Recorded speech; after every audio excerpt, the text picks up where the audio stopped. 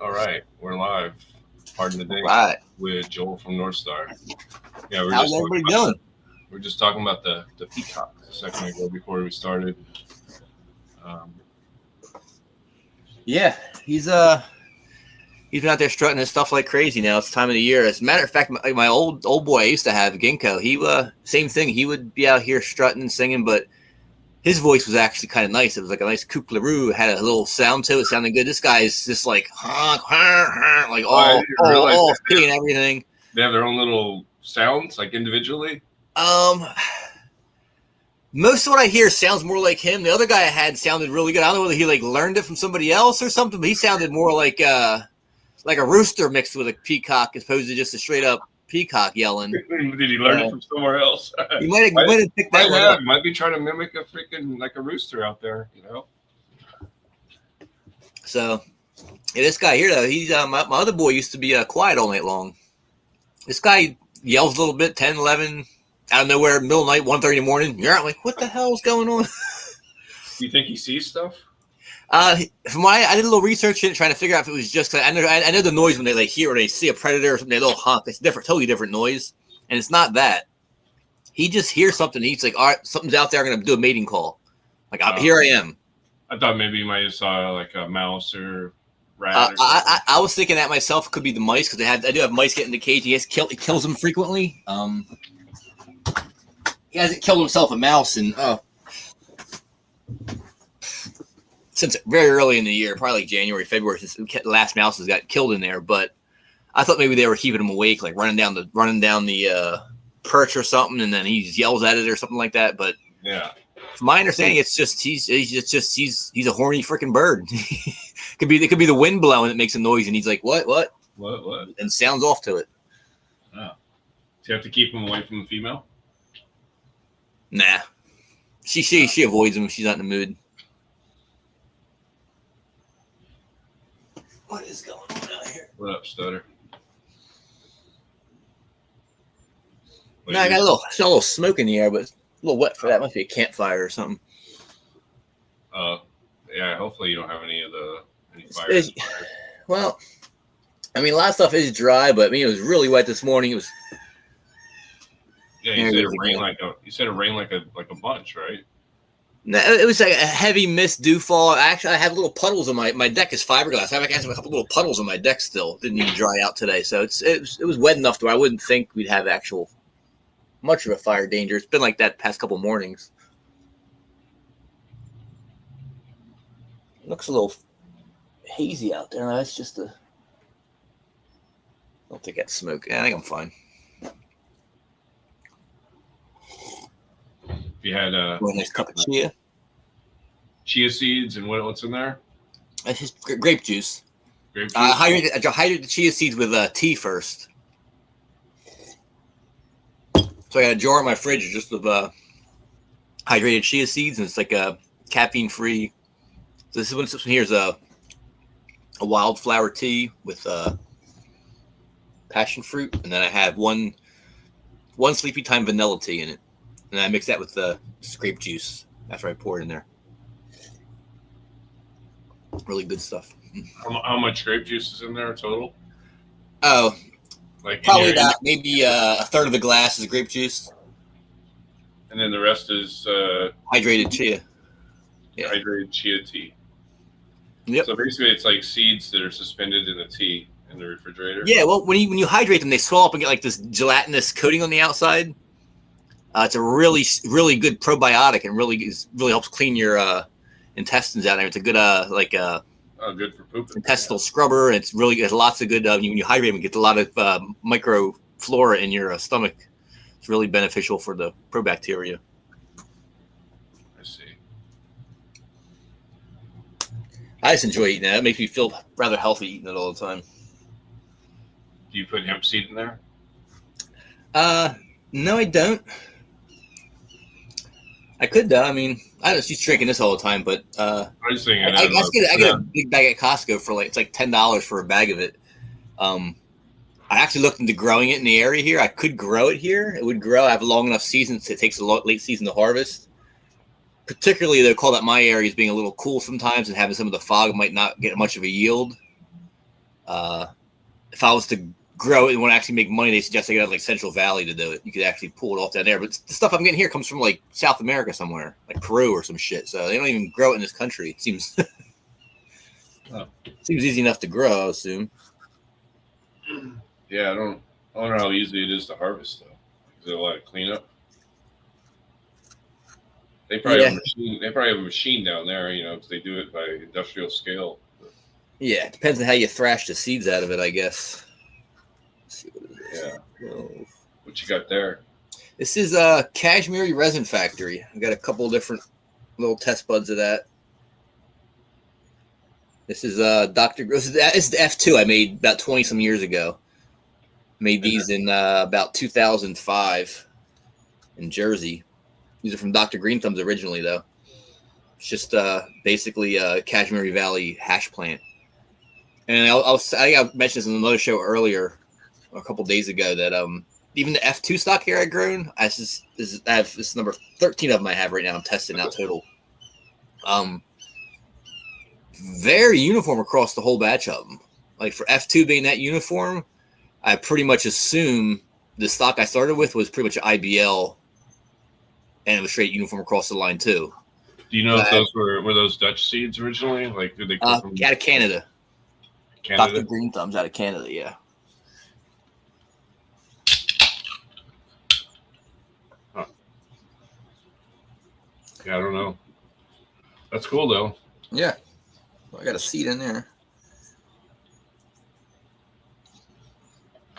There we go.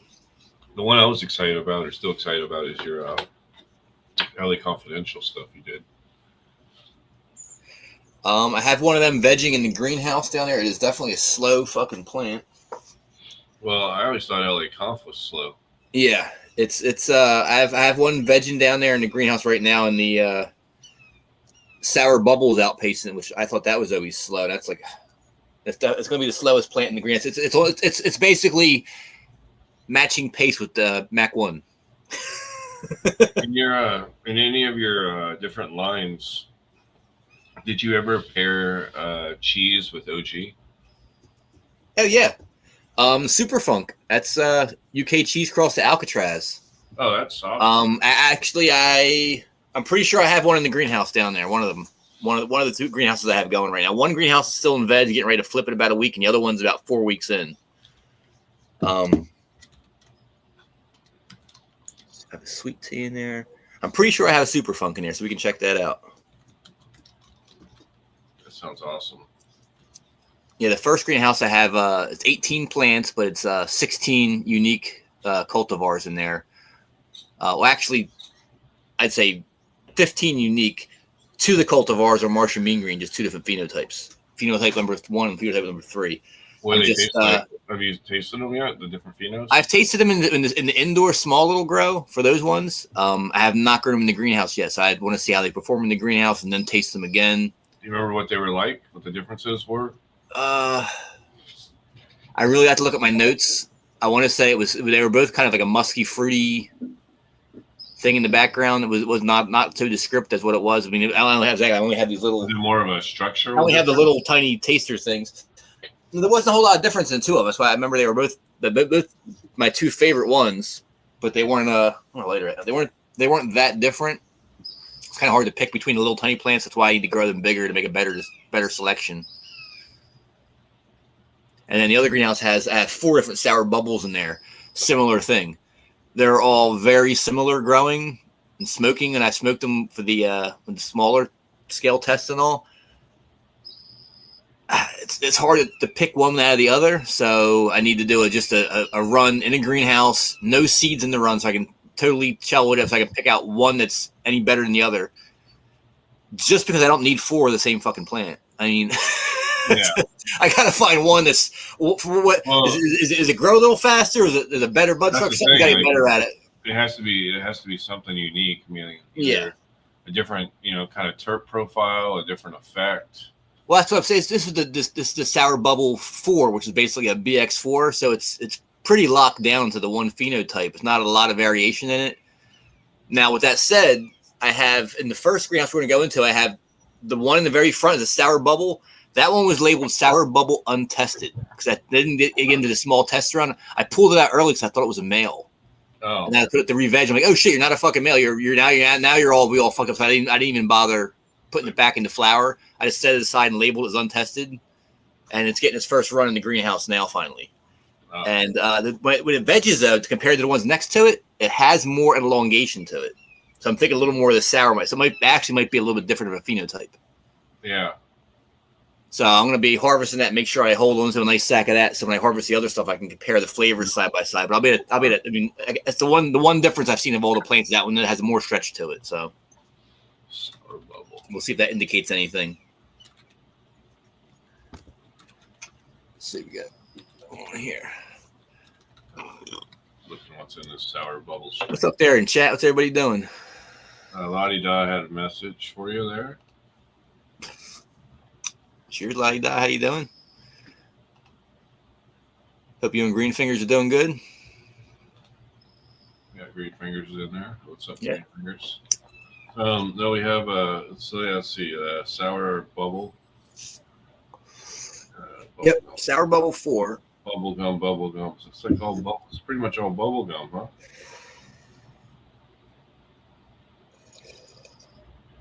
It's all bubble gum. It's like a bog bubble. Yeah.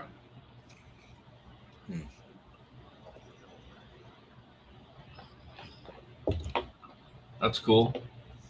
Yeah, that's fun stuff. It's cool you're keeping some of the old stuff alive too. Like keep it going, you know.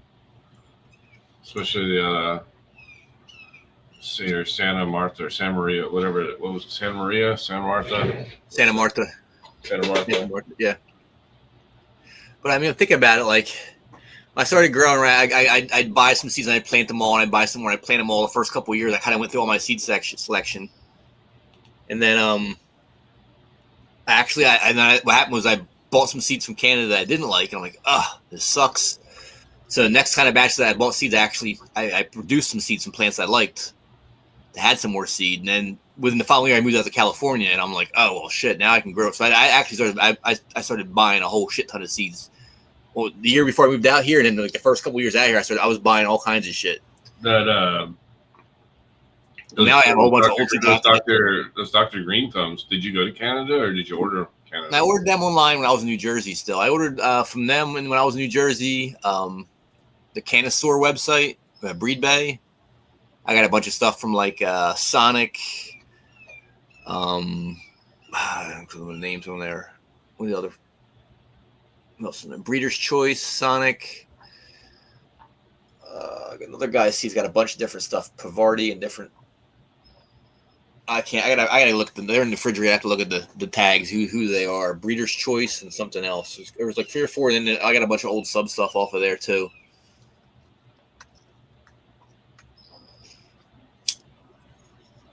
Did they come in the real packaging, or were they like white, like stuck in white labels and then this little printed thing? When Sub was selling them there, they basically came. They come just in a bag with a little little label on the little baggie is all. Yeah. They mailed them basically with like the old school like plastic folders with like the plastic sleeve down the corner that would hold your paper in it. Yeah. They would take newspaper articles and they would take a couple sheets and they glue them together and they put seeds in the spine and they put the plastic thing on the spine of it and mail it out like it's a little news article kind of thing or something. And you open up and crack it open, you'd have all your packs of seeds in the spine part of it. The spine part.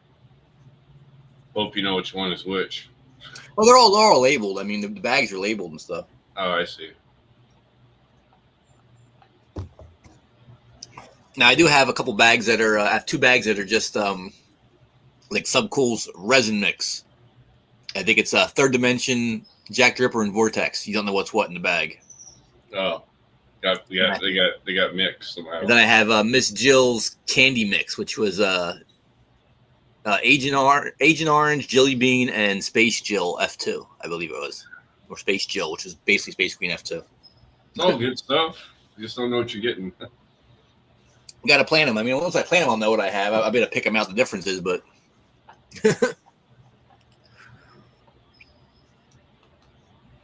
And then I moved out here in 2007, and I visited Sub like 6 months after I moved out here up in Oregon. Drove up there with my wife, and after that, we were basically I was a California sales rep selling the seeds everywhere. So I had all the first batch, like when Chernobyl was the new release. I had all the menus for that, and I had loads of those packs. Before that though, you were when you went to the Amsterdam. Would you go there and like intent like I'm gonna buy a bunch of seeds or? Part of the goal was to get some seeds. I was going there because I was selling the Happy Chief. I had these things. I had a booth there, so I was selling these pipe filter jobs everywhere. And basically, I think I was on the show. I told you before. Somebody else. I went there and I smoked. Good in all the coffee shops. It's so cool coming from New Jersey. Time I'm like getting go and smoke all these different pot. And I'm like, dude, I grow better shit at home. This is like, I could buy this shit in the street in Philly. This is like some regs. I don't know. It wasn't that great. So, but what was it? What was it like? White Widow, Trainwreck? What kind of? Yeah, White Widow, Neville's Haze, different haze crosses. They were just like kind of browned out, blah blah. From what I understand, talking to some people that were kind of cool, were like, yeah, a lot of the big name shops, the week of call Amsterdam and like all the the Cannabis Cup, all the tourists come. Yeah, they liquidate all their crap shit to the tourists that don't know nothing. Oh, they pull out some of their bullshit and get rid of it. I've seen that. That same play before. So when Las Vegas first legalized, right, just a few years ago, maybe 5-6 years ago or less. Yeah. I drove over. I went to Vegas, 2020, 2021, somewhere in there, and I went on the Strip, right.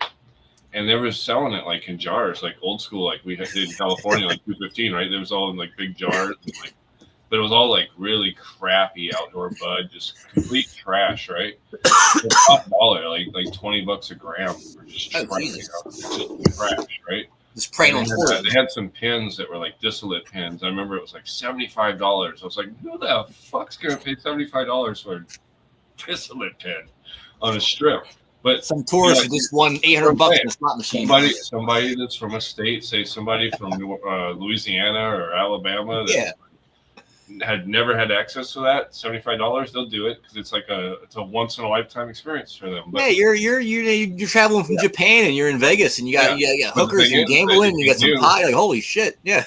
But if you knew, you could go just like 10 minutes away to the Reef, to a dispensary that's off the Strip, but you have to take like an Uber there.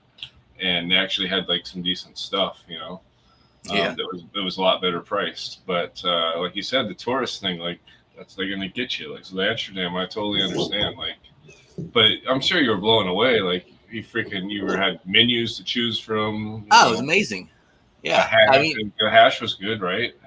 The hash was good. I don't know whether they had imported a hash and they had the netter hash, but either one was really good. The Carmela cream import I thought was phenomenal, but just be the first time. Coming from New Jersey, where I'm basically growing in my garage in like a hidden room in my garage. I had to build an extra room and kind of a false room in it, the whole deal. Super across from my house, trying to be super incognito. Didn't tell anybody I knew that I grew at all. Any of my friends thought my bud came from California. So going to Amsterdam, and like the first place we go is the Bulldog. I walk into the coffee shop, we can order stuff. I'm sitting in the booth. There's a window with a plant growing next to it. I'm like, oh, this is fucking cool.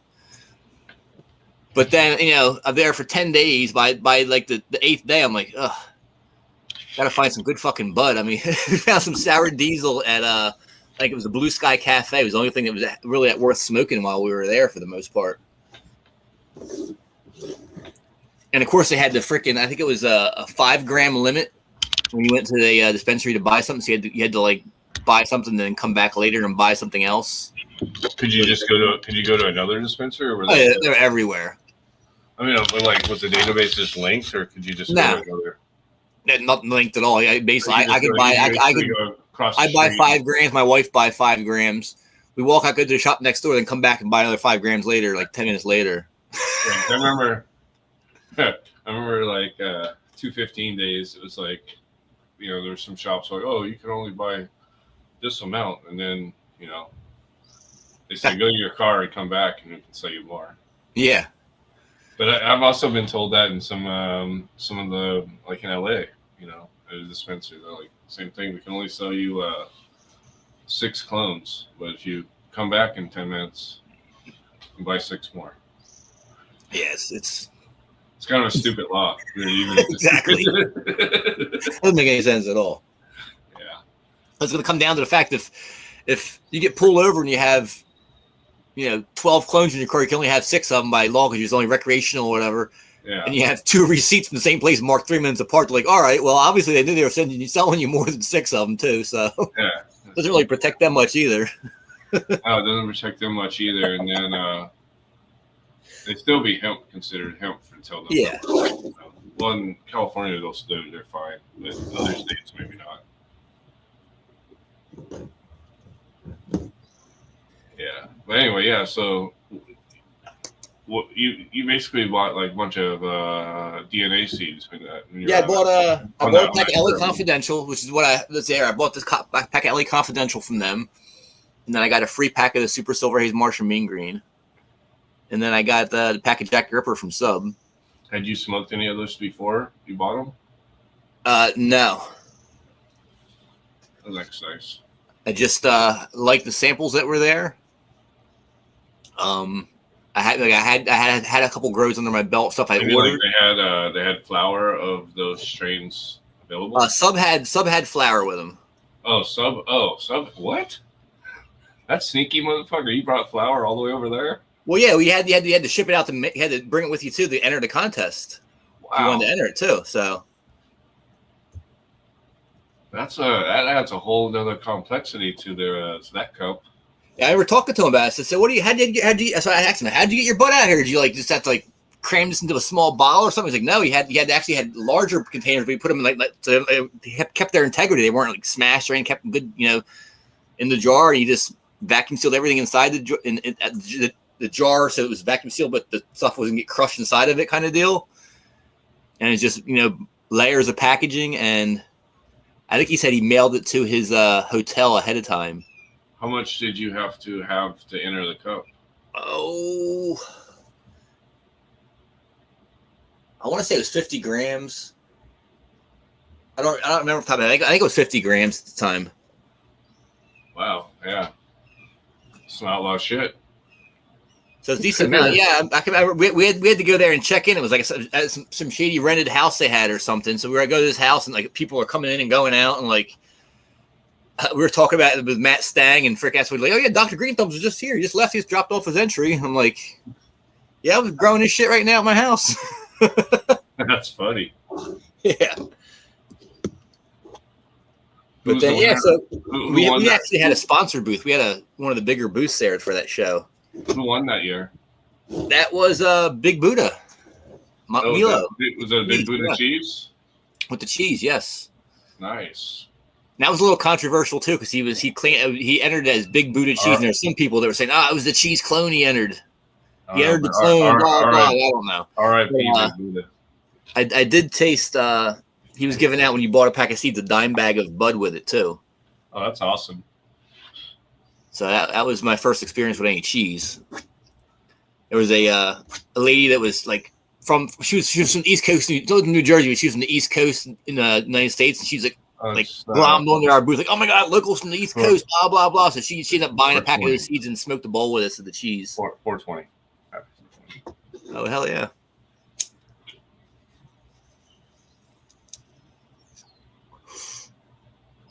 Some cell. The runs times out. This spot. Still incognito.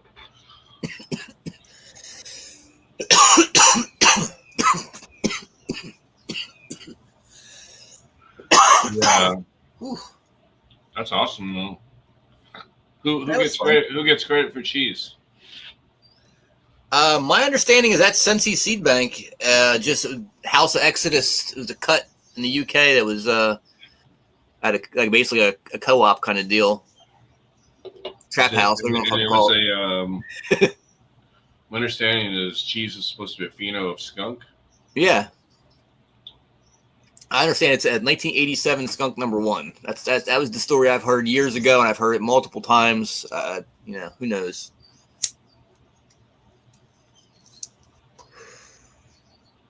Yeah, the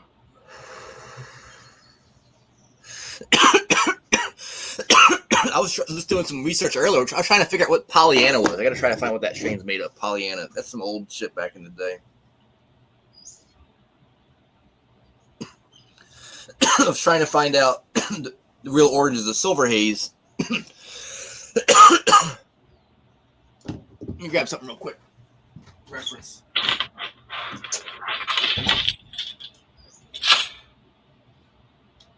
we're doing it live.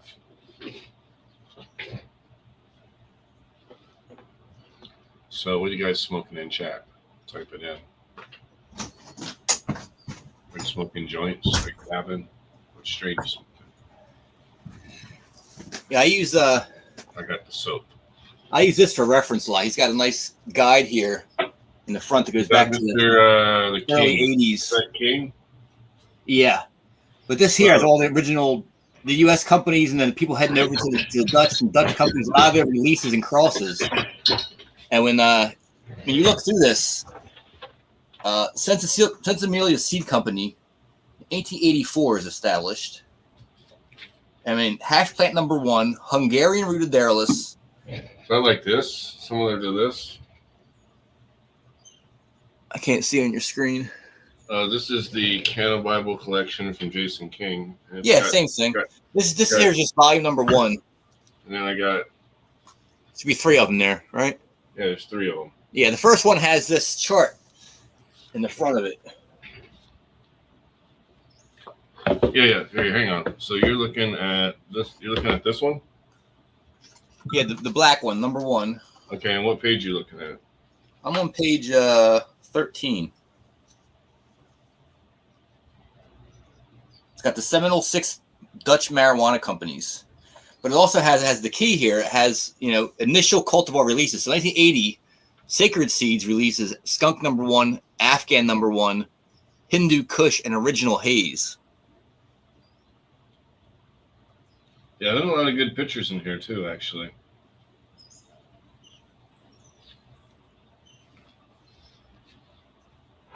So now I was trying to find the Silver Haze, and that was turning to be a real pain in the butt. Yeah, I got Jason. I got a lot of Jason King's. I got his stuff. That's good stuff. Silver Haze is in here. Another Scentsy line from Scentsy Seeds. It says Silver Haze across Silver Pearl and Haze. Yeah. Although not a huge producer. Silver Pearl times Haze. I have it here, but the problem is my book here. How the key is in it is. It says when it's red, it's the initial cultivar release, and when it's green, it's subsequent release. This is in green, so apparently it was released before that somewhere. I just can't find it released anywhere before that. Speaking of, did you see the pearls over there? No. The pearl weed? No? No. Like no Dr. Grinspoon? You see that? No, I didn't see any of that shit over there. No. I think when I was over there, they were just, I think they had maybe just released that Ed Rosenthal Super Bud or something. That was something that was either that was right around that time. It was all hyped up. It says here that Silver Pearl from Scentsy Seeds is an early pearl skunk number one male that was used with a pure Northern Lights number 5 female. Yeah. Yeah, Silver Pearl. I've never seen the actual Silver Pearl strain. That'd be interesting. Yeah. They had good stuff over there, obviously. Well, I had found it before. Silver Pearl was Northern Lights 5 crossed with Early Pearl and Skunk number 1. And then you go up here. Early Pearl is Early Girl crossed with Pollyanna. So both of them are early releases. I haven't looked at this book in a long time. I'm like looking at this. 85 Cultivator's Choice has California Orange and Early Girl. So that was early. They don't tell you what it is, but Early Girl he has there. The White Russian. That's can't find Pollyanna. So some of these other strains are just before they were even sold, like pre 79. Some of these things are just. Did you like the White Russian? Clones. White Russian, that's good, yeah. Trinity. You didn't have any experience with the Trinity? Isn't that from up in your area? No, I've never experienced that myself. The closest I can come, I would say, would be the blood wreck. That's supposed to be Trinity train wreck. What about Tahoe OG? You ever mess with that one?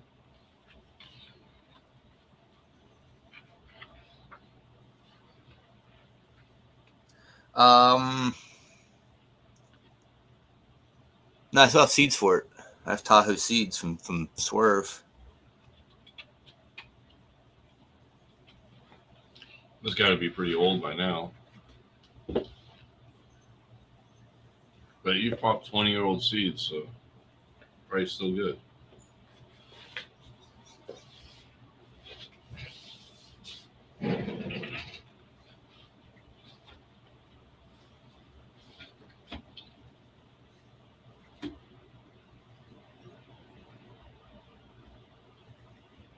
Yeah, I got a bunch of these different books. DJ Short, Right. Soma, Subcool books. Was Subcool, did he have his book yet when he was over there? No. No? No, he did not. That was when he used to have, he'd sell pictures, signed pictures and stuff. He'd have photographs. Ooh, a chilly breeze coming through. It'd be good to turn the fans off. It'll get the fans to die down there so we can go down and take a look, less noise. So at that time, you were just growing for your own bud. Yeah, I was growing for myself. Being in New Jersey, I mean, I had a little like a Rubbermaid container upright that had a 400-watt light in it.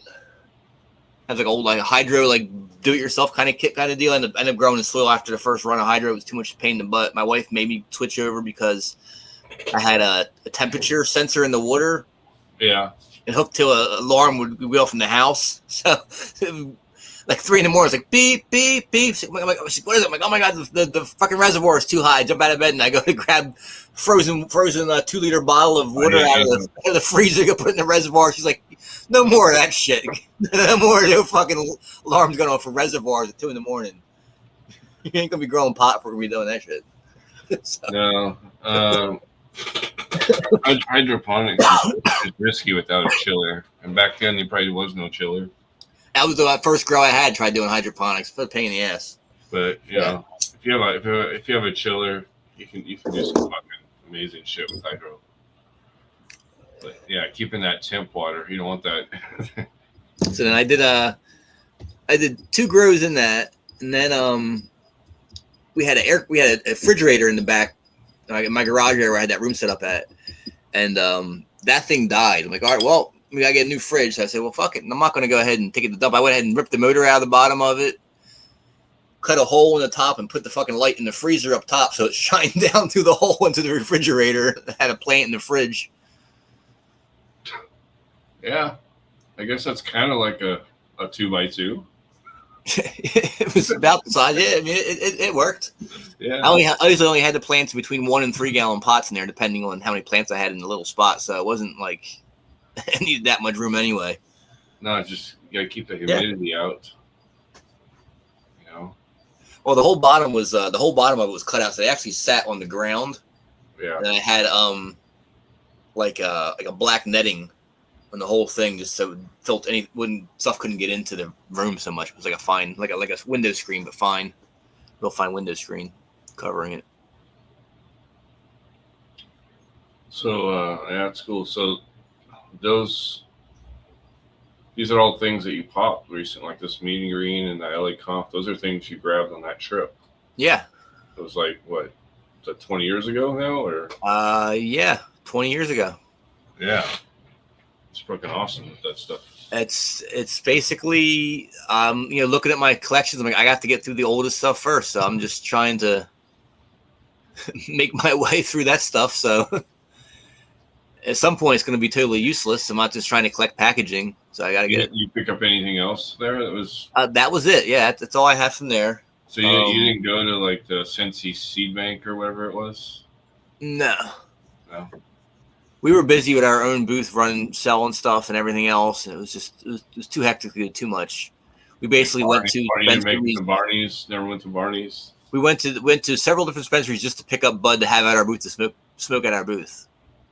So we were selling pipes. We were basically packing pipes up, and handing people to smoke through the filters, check it out. I haven't grown the Cincy stuff, but I've grown some Barney's regs before. I've grown some Paradise seeds. I like their stuff. But, Nebula and Belladonna. Nebula, I haven't heard that in a long time. I would like to have some Sensi Star. I could try to grow some of that. That'd be kind of fun too. Actually, I did grow Cincy Star. I think of it. Yeah, I've grown that before. Yeah, that's all Paradise stuff. They were cool. Yeah, I've grown some of that stuff. There was a lot of Dutch clones available early in the medical days in Washington State at the time. Like a lot of the $10 clones you'd buy at the dispensary, I think a lot of them came from fucking feminized Dutch seeds, right? Somebody would pop a bunch of them and clone them out and make a bunch of money at the dispensary. Oh yeah, for sure. Which fuck, I'm stupid. I know I'm stupid because I could have made more money off of selling clones to the dispensary than I could have made off of anything else. But there are some people that never even flowered those plants out, and they were selling clones of them. I know a friend of mine had a freaking. Oh yeah, that's fucking. He ended up filling the whole room, and the whole room fucking hung out on him from clone. I'm like, dude, what the fuck is this? Yeah, see don't do that. That's super dirty. Yeah. But no, I remember the most vigorous vegging plant they had, and they just cloned the hell out of it for you. I remember them telling me they were paying $5 a clone, and I didn't give a fuck. I'm like, no, I ain't giving you guys nothing, because at the time I was I had a different mindset. I was trying to be stingy with the cuts I had and not give them to nobody. I had no reason to do that. It's just the people that gave them to me were acting that way, and so I just acted that way because that's how they acted. But it turns out those dudes were shitheads, so it really didn't matter. I should have just fucking made money when it was available, but can't, hindsight. But yeah, people were doing that. That's crazy. Yeah, I had these people one time that I was doing a consulting thing, and this was towards the end of the 215, right? Yeah. And so they were both, fairly wealthy, right? And they had never grown cannabis before, and they basically say they wanted some assistance, but they were sold some fake ideas by some bad people. They were sold property in a city that had a moratorium on it, right? Not only did the city have a moratorium, the whole county of San Bernardino had a fucking moratorium, right, on at the time. So they bought this property in Joshua Tree, thinking that they were going to have a bed and breakfast cannabis thing, and that complete fantasy, because there's no licensing for such thing. And then on top of it, but anyway, it was still medical at the time, right? And so they had the just about before it went to rec, and they wanted me to help them with one cycle of a grow, right? And so they built out this beautiful facility, spent all this money, bought all these lights, all this high tech equipment. Everything was fucking perfect, right? Except for one thing, their children that apparently smoke cannabis, but they're in their 20s or something, had a friend that had some expensive seeds, and they paid a whole bunch of money to buy some expensive seeds through their children's friend thing. Yeah. And I was like, no, let's just go to LA, and I know a spot, and we can get the best of the best, right? Clones right now, and get it and flip. We can flip in 2 weeks. Give them now, veg for 2 weeks, and flip. And they're like, no, we really want to do this, right? Yeah. And so it was this strains called like fucking some like Irish thing, and then like there was like a Papa Smurf, and like just unknown fucking bullshit, right? And like it all hermed out. Oh, It grew beautiful, but it all had seed, right? And like I was telling them, like, and then they blamed it on me. I'm like, we didn't do nothing wrong. Everything's like perfect. It's like, we were like, we think it was the infrared and the security system. It's like, no, it was bad genetics. But yeah, you're right. Like, you could fucking somebody could spend their whole fucking room on some bullshit, and it's like yeah. such a waste. Such a waste. Time, you can't get the time back, and then all the like money and everything. It's just such a waste. It's even bigger waste of that you're waiting for that harvest to have something good to smoke, and you're like, damn, I gotta get down behind. I'm nothing to smoke. I gotta go buy some smoke now. You're gonna buy some smoke, or you're gonna be smoking some seeded smoke. Well, picking seeds, yeah. Yeah, because these people, they wind up just like going all the way full cycle with it. Because once I saw the thing harm, I told them like, hey, because I was going over there a couple times a week, and I saw like, saw these things, transitioning, and I made a comment about it. They didn't want to believe me. They were having like someone else that was like coming in behind my back, like second guessing me, right? And they didn't want to believe me, and so it harmed on them. They're Smurf genetics. I think I still have like it's probably the guy that made the Smurf genetics coming in behind you telling them they weren't Herman. Yeah, they're like, I couldn't find those people. I have pictures of those packs actually. But yeah, I could never find those people. I wanted to tell them like their genetics were shit, but yeah, literally I can never find them. Papa Smurf strain. Oh, that's too much. That's appropriate, and they're all boys pretty much, right? There's only one girl in the Smurfs, so. Well, I don't even think these guys had real Smurf. I think they had like. I need to find the packaging.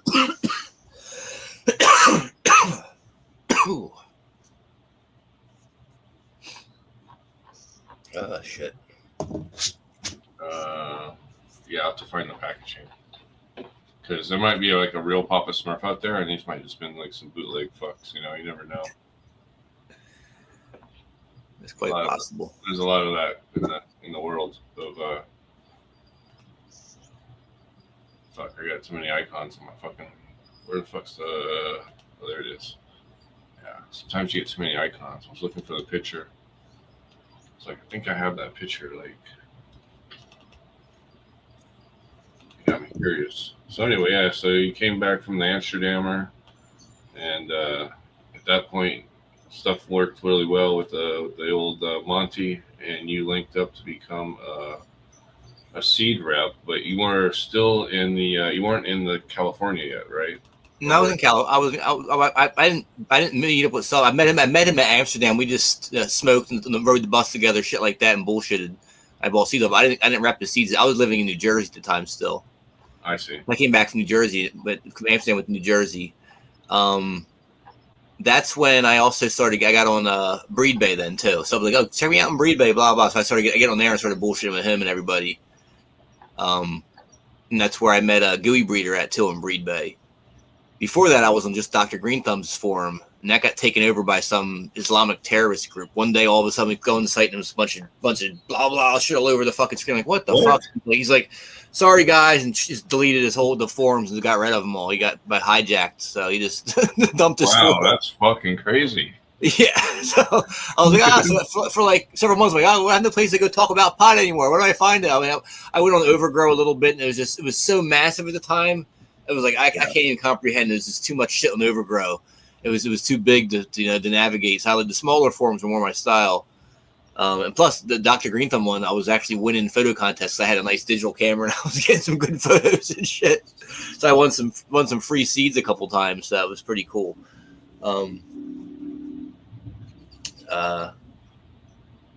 And then so I met Sub in Amsterdam, but I just bought a pack of his seeds, and then I came back here and just chatted with him on Breed Bay, this and that, yada yada. I actually swapped seeds with Gooey Breeder after meeting him on Breed Bay. I swapped him some of the Kashmiri F2s that I have right here that I grew. And then I mailed him clones before I moved out to California. He lives about a half hour away. So I mailed him clones before I moved out here of my stuff, my Jack Ripper that I was growing, my LA Confidential that I was growing, and my what else did I have out here that I sent out? I sent something else out too. I can't remember what it was. Anyway, I sent 3 plants out here, and he took the clones. And after about 3 weeks of living here, he popped up at the house with potted plants that were vegging out and a bunch of bud. He come by every so often he'd stop by, but he came by the one time I had dropped off Kashmiri Resin Factory F3 seeds to me that he made F3 off the F2 stock that I had. Just cool shit. Was he running the Space Queen yet? Sub was, yeah. Sub was out here in Oregon. We lived with Jill at the time when I came out to California. We went up and visited them up in Oregon and bullshit up there for the weekend, hanging out, whatever. And then I came back with a binder full of all the menus and shit like that, and went around to some of the shops. They were all like, yep. So I said, all right, it's good to do it. And I started ordering wholesale orders of seeds from them and just taking them all to shops in California. Did you have those little display case yet? Or was that later on? No, that's all we had was this. I can go grab the whole portfolio of stuff for you if you want to see it. Yeah, sure. You go grab stuff. Hold me a minute. I got all kinds of shit. All right. Yeah, he had this cool little like neon display case. But he had to carry all of his seeds. I am looking for the pack of the Smurf. I saw it the other day.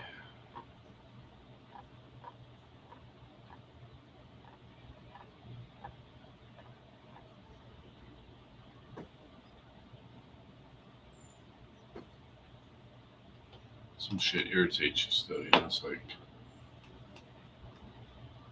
because of the shitty genetics, right? Like it fucked up fucked up a relationship. It's like I had no control. I was old school. Still.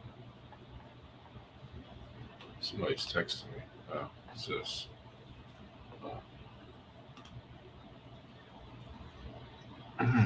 But anyways, yeah. Let's taking a small chronic break here.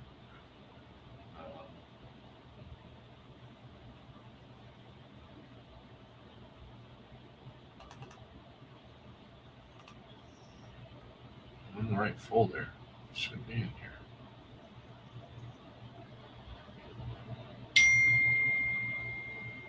Stop texting me, people. Now I understand. Put all your texts into one thing.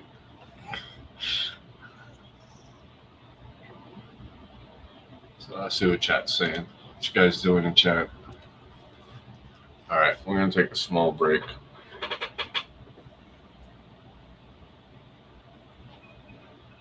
Small chronic break.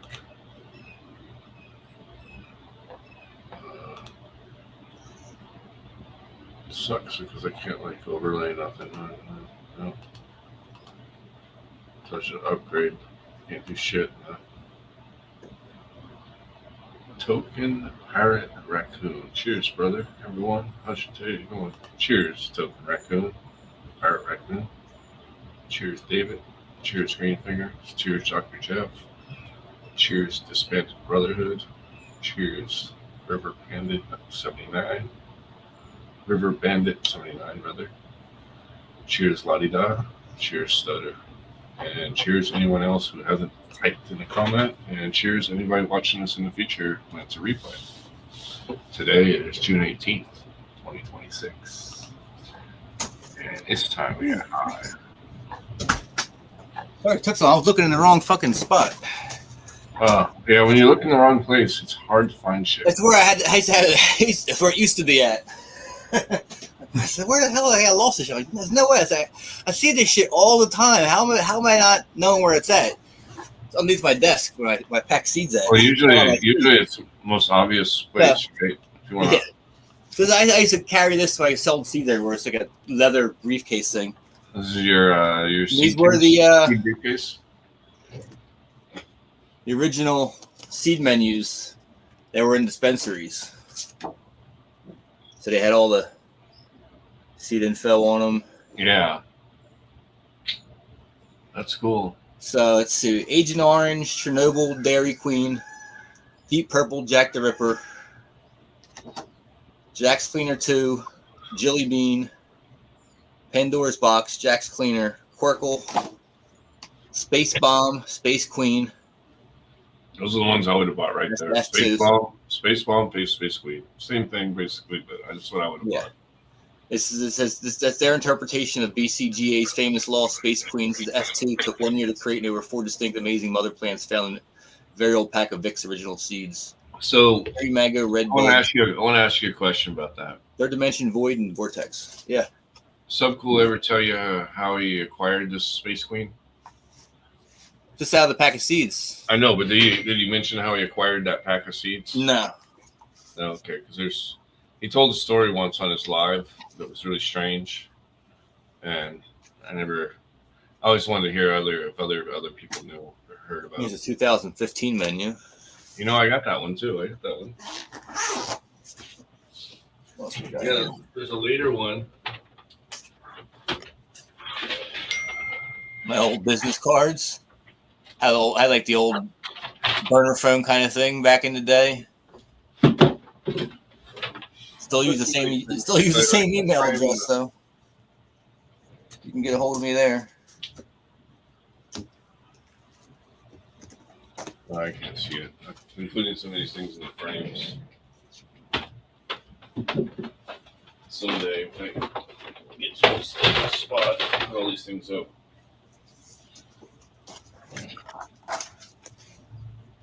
Oh, nice. 2009.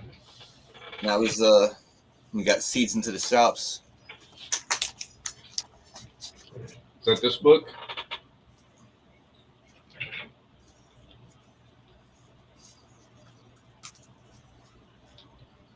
The what? Dank. Yeah, so this is book is one of the Danks. Yeah, this is the Dank Breeder's Tale. I got signed. So cool. I put it in a plastic package just to keep it. Yeah, this one's been in here for a long. This one's been in my case here for years. I got a couple of these, and yeah, then I had a bunch of stuff with a bunch of his like cover art and stuff. When Oh, nice. that's Can you show that again? yeah. Let's see if I was going to say what it was there. Looks like a third dimension or a vortex, but yeah, it's just a nice. Yeah, it's beautiful. West Coast cannabis. That is Space Queen. Space Dank. Jill.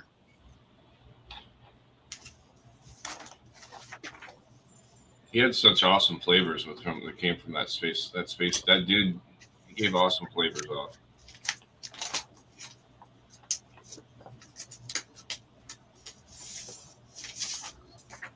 What we got in here?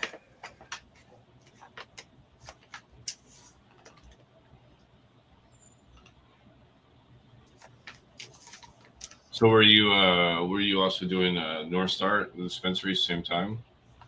No, I wasn't. I was just doing just this stuff here. I hadn't. I was making seeds, but I was just growing them myself at the time.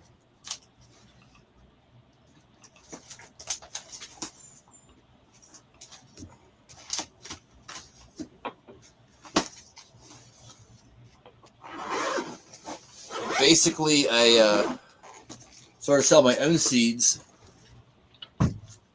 after we did we were selling seeds. We did a show, and then we went to do a getting ready for doing another show. We already, we get the booth all lined up and stuff for the High Time show. We basically got him into doing the show, and like this, we said, I bought all the booth equipment, designed the booth and everything. They had the glass cases with everything and all the shit in them, the whole deal. I did all that, and they brought the backdrops and the signs and stuff. So we kind of collaborated on the booth and got that jazzed up. But so we went to a lawyer to talk to him about the whole what setup's going on. Our lawyer spooked us out of doing business with Sub anymore, saying that he's selling seeds overseas, yada yada. The feds come down on you for international conspiracy.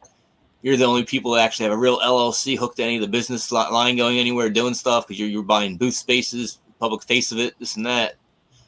So we had like, oh, dude, we can't work with you anymore. We're gonna fucking get busted, this and that, yada yada. So we ended up backing away, and I just sold seeds, just my own seeds in California, and then starting here in Sonoma County, and then we spread out further.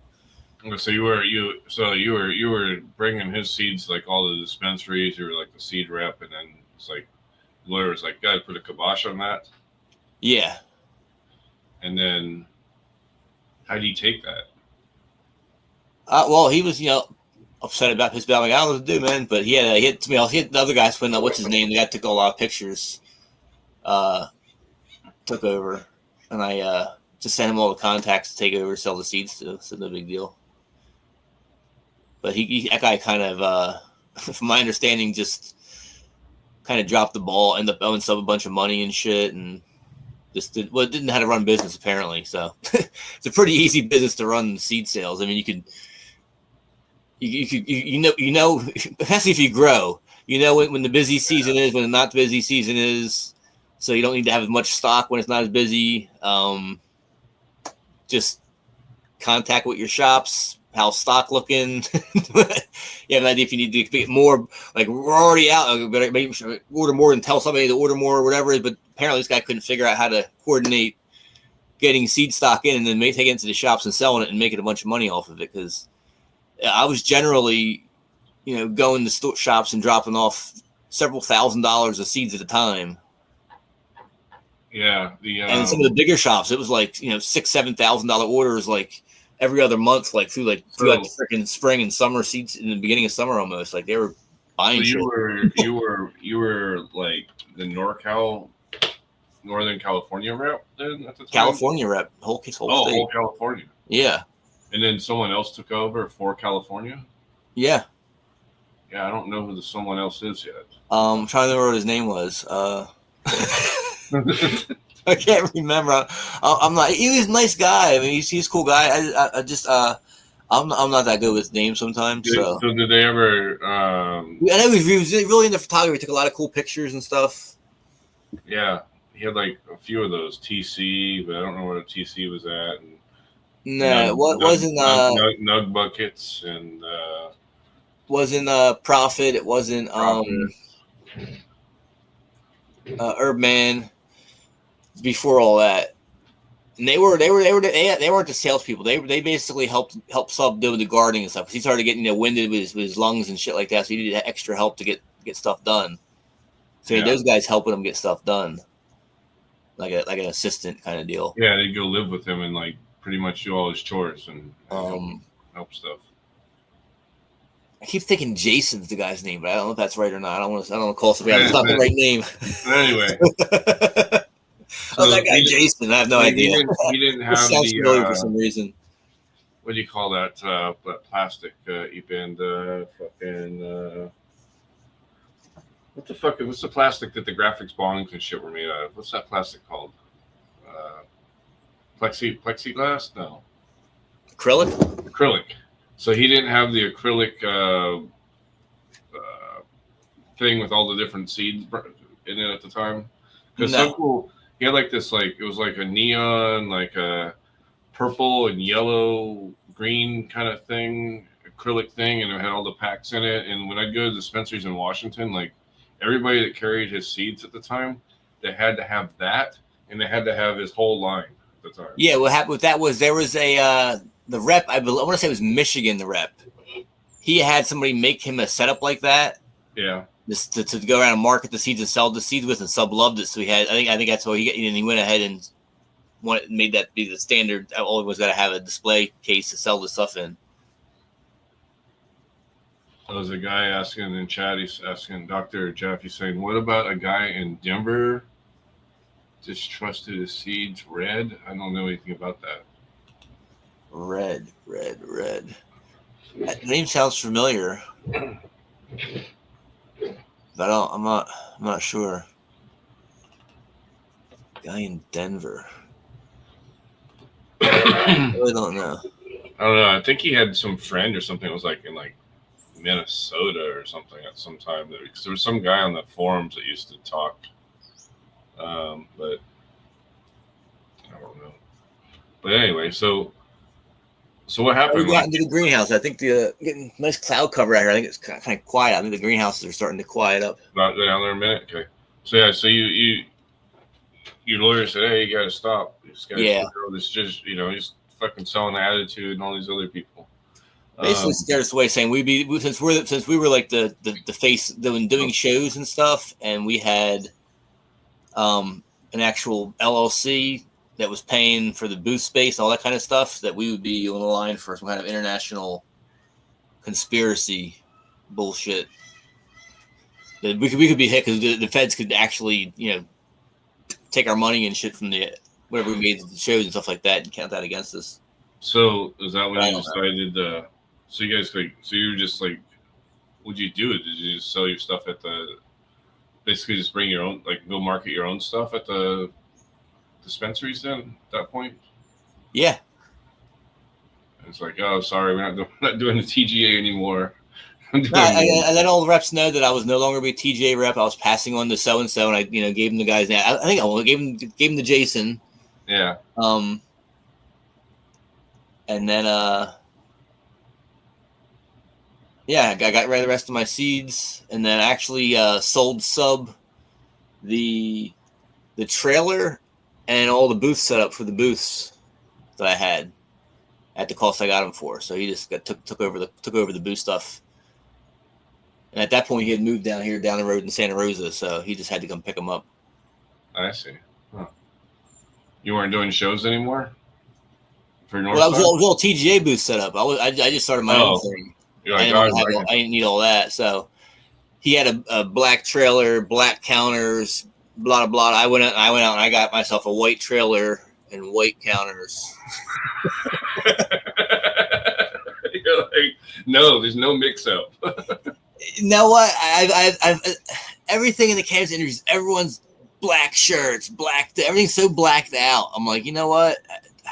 No, I like the white and blue, the gray, white, and blue kind of lighter color tone. Just speaking of red, white, and blue, what did you do with your like federation? What do you call it? You had your feminized seed thing. Federal feminized. Federal. You know what? Having two different kind of packaging and stuff, all that that's too much bullshit to deal with. I'm just going to make feminized seeds every once in a while, make a batch of something to keep people happy that I have something available. They're going to be faded out. I'm not going to bother going at the ordering more packaging and doing another batch of those because it's just I don't need all the extra work. Frankly, I can just go ahead and mark them feminized in the NorStar packaging. Well, how many different strains were there in that? I have 3 menus in the federal. The Vintner's Moonshine menu, the Darkwood menu, and the Blood Moon menu. So, were they popular? Not really. No. Some stuff sold. Darkwood stuff sold. Like a lot of the S1s sold. Vintner's Moonshine, a bunch of them sold that with the cross with Dark Desire. A couple other Vintner's crosses, a bunch of them sold. Kind of hit or miss. Certain strains sell. So certain ones don't move it much at all. So it's just it is what it is, you know.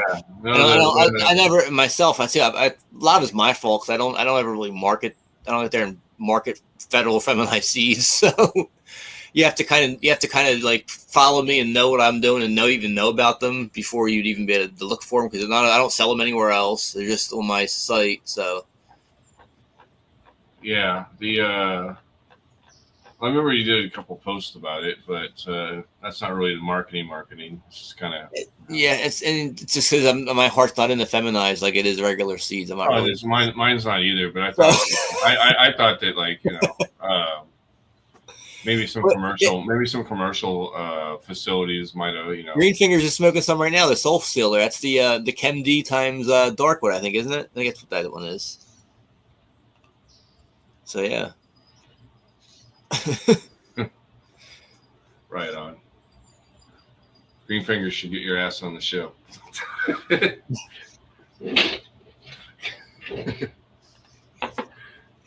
All right, let me see if I got this here. He's gone through a lot of your stuff, so it'd be awesome to have him on the show sometime and have him, you guys could talk back and forth. Oh yeah. And he can jump on now if you wanted to. I want to find. I'll get myself on the show here. But yeah, I understand how the heart not being in the feminized stuff. I feel like when I'm like, trying to sell it, it's like I feel fraudulent. Like I'm like, yeah, it's feminized. I'm like, I don't really want to grow feminized. I'm looking for I want to have. If I have a really good plant, I love it a lot. I want to be like, holy shit, that's an awesome plant. Now, hopefully, I can find a male that's kind of like that one and see if I can't reproduce that shit in seed form. It's like, it's feminized. I feel like it's like, yeah, I'm just gonna spray it with some chemical. It's not my thing. Yeah, for me, the reason I never made feminized seeds. Well, I made some, but I never released them. The feminized seeds is like because I just have a fear of them like going awry, right? Like something happening, and like I don't want to be responsible for that. Like my regular seeds, like I tested those things like pretty thoroughly. Feminized seeds, like how do you really test them? You just grow a bunch and hope that the rest are good. Yeah. All right, I'm already on mute here. Okay, you gotta mute one of them. Let's see. I have one muted, but it's not muted. What's going on? All right, I'm gonna mute the main one, and I'll unmute the other one for you. Does that work? All right, now it worked. Is it good now? I think so. No, echo. Okay, hang on.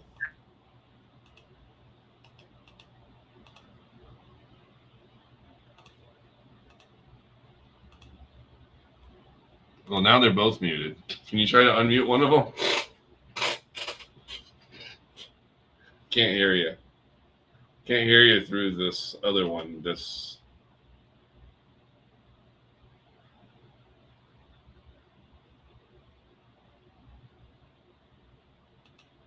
see you on that one, but can't hear me with this one, huh? Can't hear you on that one. I can see you on that one. Well, that's weird. Now there's an echo. Can you? Let's see. Fuck it. How about I start walking my ass away from the other fucking computer? Should have sitting here echoing. Let me get the hell away from it. Echo. All right. Let's see.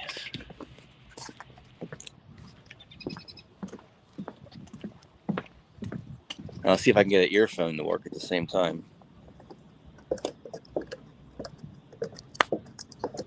Can you hear all right? So far, nothing. We can hear you fine. Yeah. I don't know if you can hear me. There we go. It's pairing. All right. Just let me know. Yeah, I think I'm good now. You can hear me now? Okay. Yep. Yeah, I can hear you now too, so it's good. We put the other one into. Look, it's always sunny in California. Yeah, not always. Got a good patch of sun there, a little mixture. Yeah. All right, so let me go in here and we'll turn the camera around. You still hear me good? Yeah. Are you able to turn the camera sideways so we can see more? Yeah. Oh, there we go. Yeah, that's a better view. But now we see nothing. Great view to no view. Come on. There you go. Cheers, Mondo. So I left all the ugly stuff. I didn't come in here and pick any of the leaves off today for you. so we can see the Well, how far in are we in bloom? You think about 4 weeks, but 4 weeks? in Septoria, getting on the plants, you see the spots on the leaves. Oh yeah, I mean, some of them are just yellow and falling right off. yellowing, and then they got the like the gray spots on them. Yikes. Let me get a clip here. Clip this. Keep this door open. Ugh. What are you doing to combat that or fight that or? Well, I sulfured in here earlier before they were flowering, like right in the first week of flower, and I used to have filters on my greenhouse, HEPA filters on the intake fans down here. Yeah. I don't have them on here anymore because I'm not doing multiple seed runs outside at the time. I don't need to keep up with that kind of pace anymore. So Still the feel it filters helps though. died. But yeah, you know what? It's out in my yard. It's on my willow trees. It's still on the oak trees. I mean, if I come out here, my citrus, this one's not too bad. But when you come over here, you start seeing, Oh yeah. Obvious. yeah, There's no aphids anywhere around. not right yet. I mean, I keep checking. I have marigolds on the outside of the greenhouse here to help try to. They feed themselves out and grow out of the rocks. Just come back all the time. But let's see here. What do you got? A Yeah, giant? let's go through here. We got the up front here. It's the Sour Bubble 4.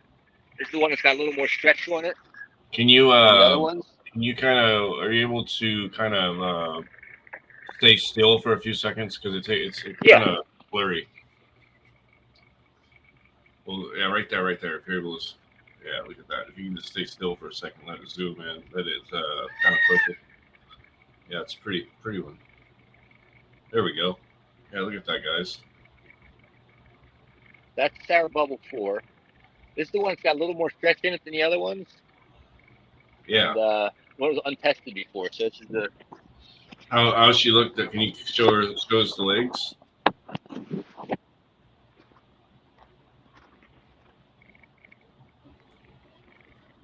Okay, so you crop up about a 12 inches or so. Wrong one. Let's see if I can find a wider camera angle here.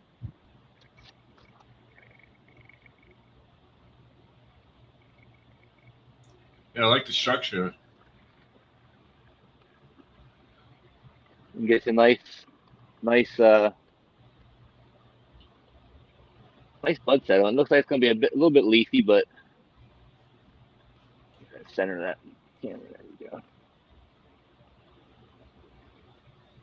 What And how's then the let's see. stem rub there? What are you getting off of it or off the buds at this point? Off the nose. Already coming with that like soft cedary kind of thing going on. I like those baseball bat ones. Those are nice. They just fill in all dirt. Vortex. Which one is that? Vortex? Vortex. I say your audio went out a little bit. Yeah, I'm getting a little further away from the hot spot here. Out to the Wi-Fi signal starting. Are they running out of nitrogen? Is that what's going on? Well, yeah, the fungus is stacking them out here. It's over. We got a lot of yellowing going on. Like, what's that guy next to the left? That's Dark Desire. Same thing. I love that. That's fucking beautiful. 4 weeks in, it's already that fucking dark. That's awesome. That starts off that way. Dark Desire, nice. That's a gooey breeder creation there.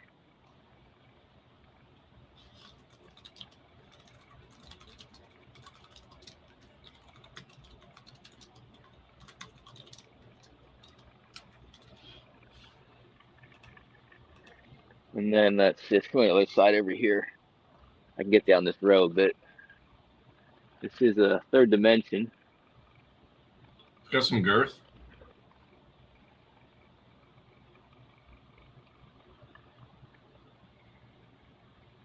Yeah, there's a lot of yellowing going on. Oh yeah, And you Ringo agrees. touch those leaves and they just fall off, right? Yep, they come right off like nothing. Yeah.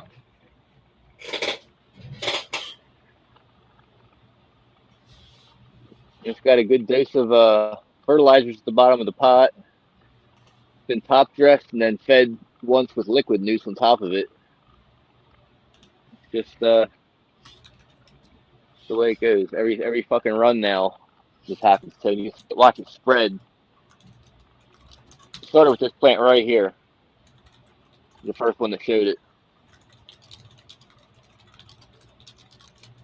and then as soon as that started getting over here and the leaves started showing down here, the fan I have is right there, so it blows right down the line here and just blows the spores right down the whole line. I could watch day by day as the yellow went right down this whole row, and it just basically spread around. You see the last fans to get it were the ones right here in the middle, as the air kind of goes around. So they're the last ones to have gotten it.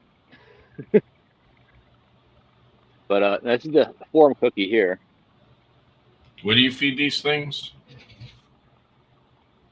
Just a bunch of dry nutrients. I get this year I'd used some general garden stuff and a bloom mix. How much Along with nitrogen? How much nitrogen is in it? I'll say it's the mix Is of it the at two least would be 5%? like an 8, 10, 10. So lower in nitrogen for sure. I think But they also give them liquid feed nitrogen, which is a 4-3-3. So I gave them a good heavy dose of that right before they went into the flower.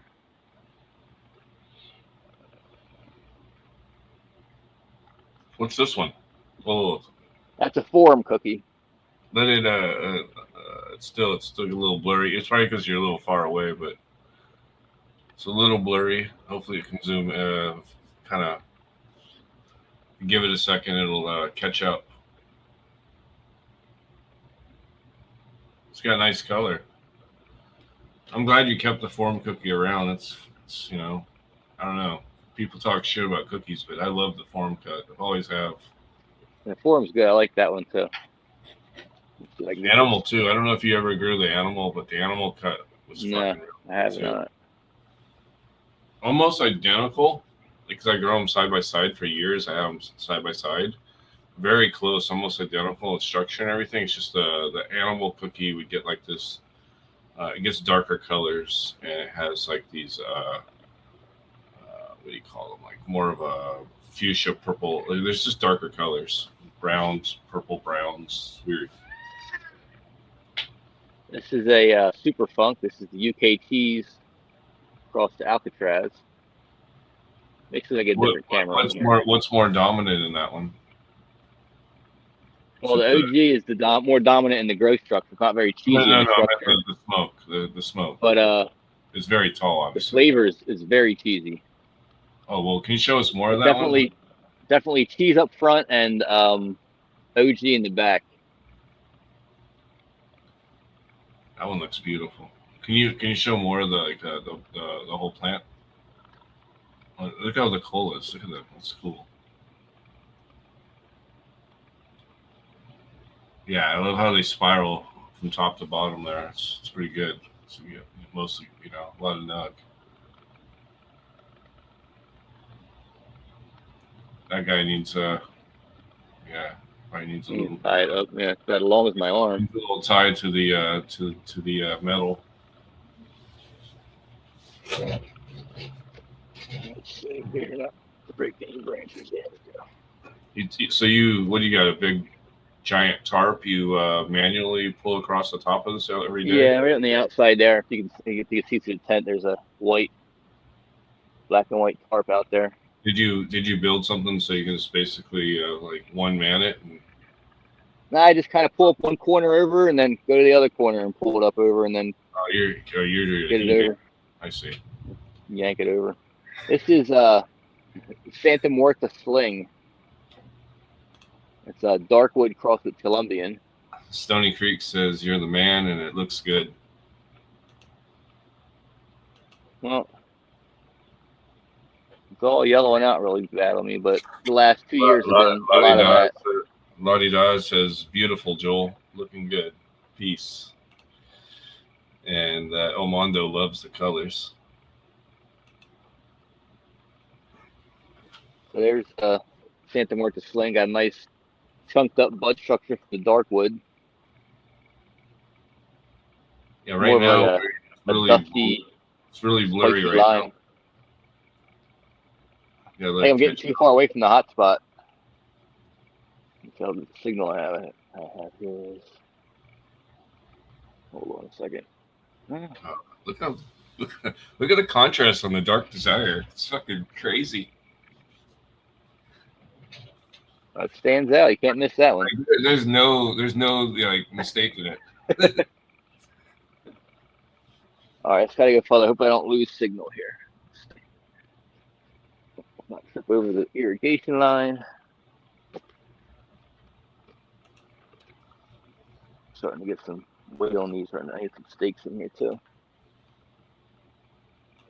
You guys not get into the greenhouse today at all. This is banana Danish right here. Might have to do something in the future, maybe in a couple weeks, where I have you send me, have you go out there and videotape it and then send me the files, and then we can show them live. And that way they're high quality. Like some of this stuff's super dank, but we can't, Well, go back. That was amazing. Go back to that. If I could go back to that. What is that? That's banana Danish. That is a Boyata Breeze crossed to Banana OG. Yeah, that looks awesome. That looks really good. Banana, you getting a lot of banana, like fruity terps? It's a real sour banana. A real sour banana. Huh. This over here is a sweet tea. Sweet tea. Zest crossed to a Space Dude. So, lots of big buds on that. How did the name come about on that one? He wanted something to replace Jelly Bean with, and him being Southern, I just decided I thought sweet tea was a good name for it. He liked it, so went with it. So is the zest to the dude? It's the zest crossed to the dude. So yeah, so it's basically Calio times Alcatraz. Calio times Alcatraz. So it's kind of like an instead orange. Of Calio times Space Dude. We stuck some OG in the middle there. So it's like a skunky OG, skunky orange OG. The Zespino I used was straight up orange juice, very sweet, very very sweet. What are we looking at now? We've got a lot of. We got right here is. You still run the Zest? No, I do not. No. This is the Mission. This is a 1-to-1 pheno. That's a Harlequin times Frisco OG. What kind of flavor do you get on that one? This is the roast beef dinner. Roast beef dinner. Roast beef fucking dinner, yeah. I gotta say, I'm not much of a fan of the taste of it. It tastes not good for pot in my mind, but for medical benefits, it really does the job. It's good. Like you throw your back out, or you God forbid you got a freaking like a broken bone pain. It helps really. It's good, numbs the pain. You're getting you're getting like a fucking roast beef dinner. So you're getting gravy.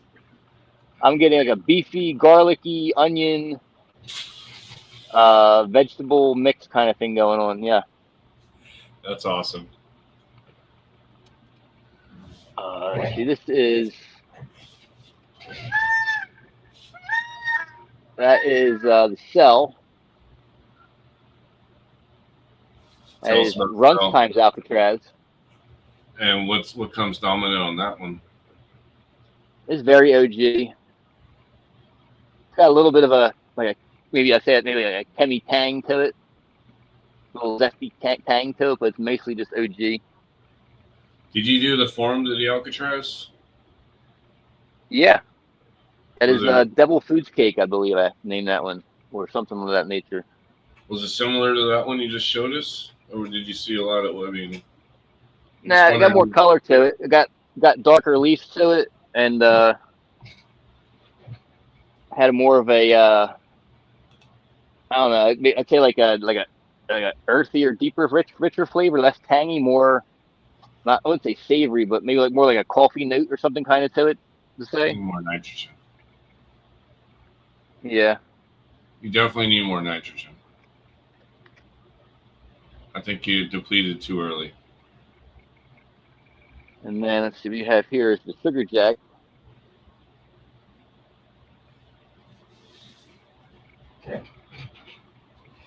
That is the Whoa, that one's girthy. XJ13. What is that? It's got some girth. XJ13 crossed to Space Dude. Oh, you got to keep that one around. That's awesome. Yeah, I have that one still.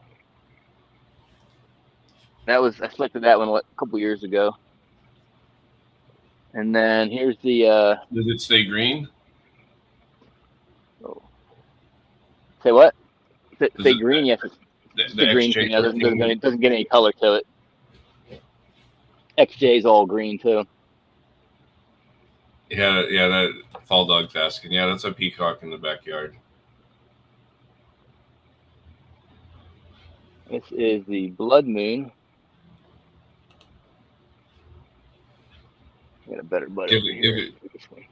it, Joel. The peacock gives it kind of a Thai vibe, huh?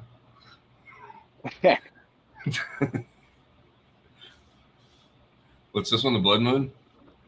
That's the Blood Moon there, yeah. It's easier to get to this bud. Get the focus in. There we go.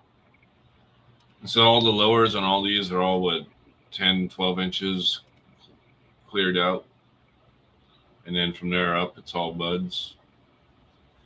Yeah, about the bottom foot or so, taking off. This is a Super Silver Haze Martian Mean Green. Martian mean green. Yeah, I want to see this. I grew some Martian mean green. It was called like Martian mean green 18. I don't know if that's the same thing or not. But that was Don't know. it was back in like I want to say like 2015 or something like that. I got it's clones in California, Southern California, that were floating around. Let's see here. Get this sit up a little better. 15. Yeah, I was in Joshua Tree.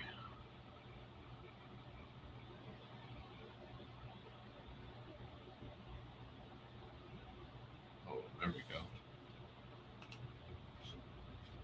I bet that smokes so good. It's kind of a fruity, musty, kind of like I don't know. I'd say like a fruit salad with maybe like berries and maybe a little bit of mango and like apple, but then it's like wrapped Apple. up in like a dirty gym sock kind of deal, like it's this funky, Yeah. musky, armpity thing going on. So both of these plants here are also super silver haze Martian Mean. It's just a different. This is Different number one phenoms. here, and that's the other one. So they're very similar. So just want to see if one does better. As far as cloning and growing them, number no, 3 here, clones and the grows branch. easier than number 1. Did the branching all similar? Yeah. You're gonna have to show this peacock at some point now.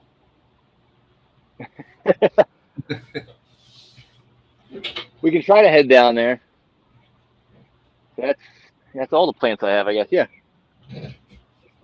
I like the dark. I like them all. Dark Desire though is like stands out. Oh, can't go wrong with that one. I I get mean better lighting on this side too. that's pretty awesome. Pretty damn tall though. I tell you what, outdoors it grows like a beast. It just crushes it outdoors. Asking about the Fall Dog's asking about the XJ13 Space Dude. What the smells like? That is citrusy. Um, I think like pencil box. He's like that musky closet, attic-y kind of stuff going on. Um,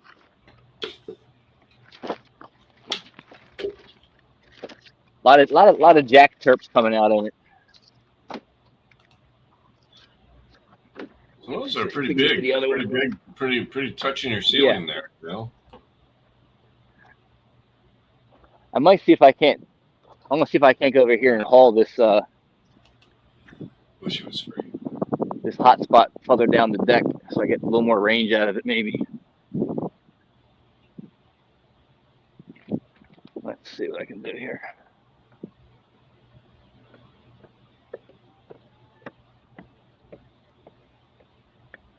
There's a hot spot right there on the deck. Where is the peacock? Oh, I got much room on it. Never mind.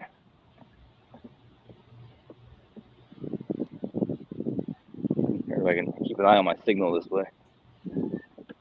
Oh wow, changed quite a bit the way the camera looks. Maybe it's better resolution this direction for some reason. Might be a smaller. Yeah, it looks a lot clearer. I wonder if maybe it'll look better now if you go back over there. Here he is, sitting right there at the front.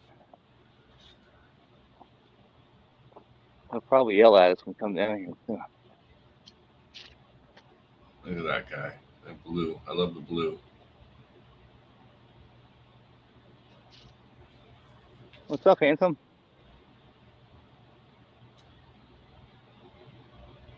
Like, why are you sticking this camera in my face? Cheers, Miranda. Well, we can try to go in. This cage is act like a Faraday cage sometimes, though. Oh, look at that.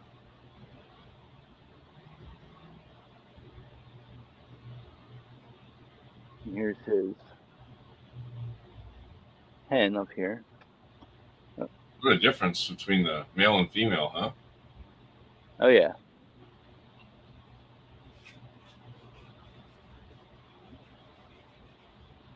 So the males are the ones with the colors? Yep. Only the males have the color. Oh, interesting.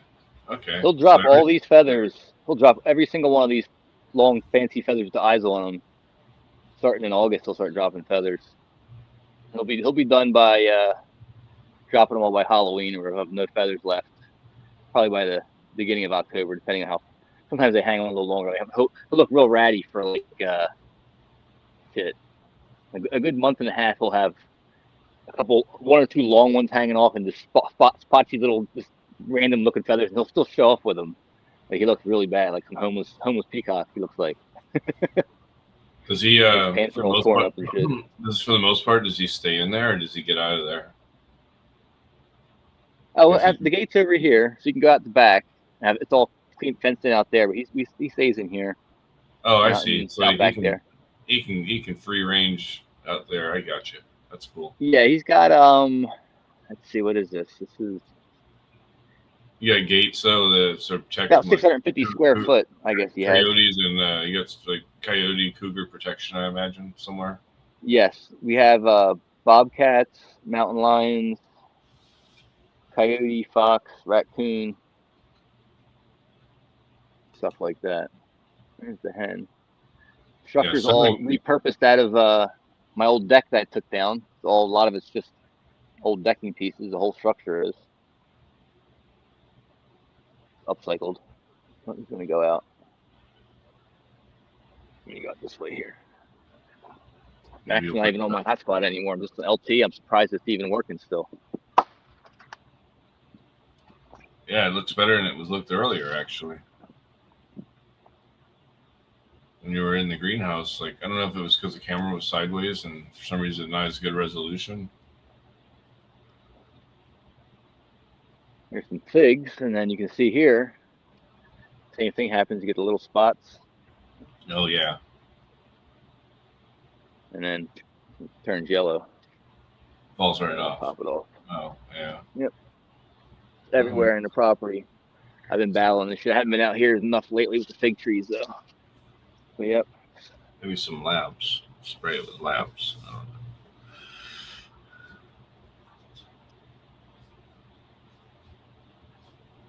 You're gonna go back in, come out here. You don't like me following you around with a camera.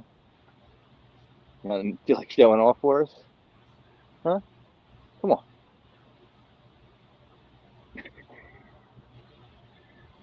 Yeah, it looks just like that one I saw the other day. I was going down the street. It's crazy. That blue. Come on, dude. You in the How old mood? is he? I want to say he's gonna be just about 3 years old. They live a while. Oh yeah, like 25 years. Oh wow. It's a commitment when you get one of those. Yeah. Yes, it is. I just can't wait till I can afford it. I want to make their place bigger and redesign some of it. I want to juice it up some. I think I might eventually get some more birds, like some different pheasants. There he's showing off. Son of a bitch. So as soon as we leave, he's like, Oh, get the he got fuck his out of feathers out. my shit. He's got his feathers out, or Yeah, he's all showing off now.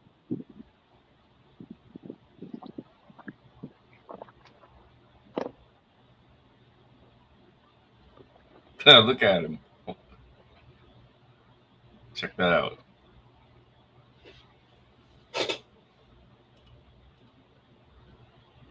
Is that like 8 feet wide? Wow.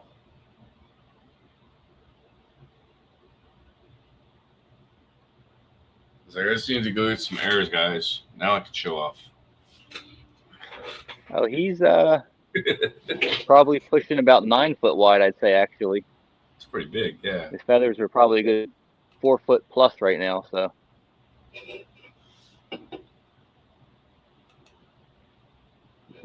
Can I come over here and get some better lighting on you?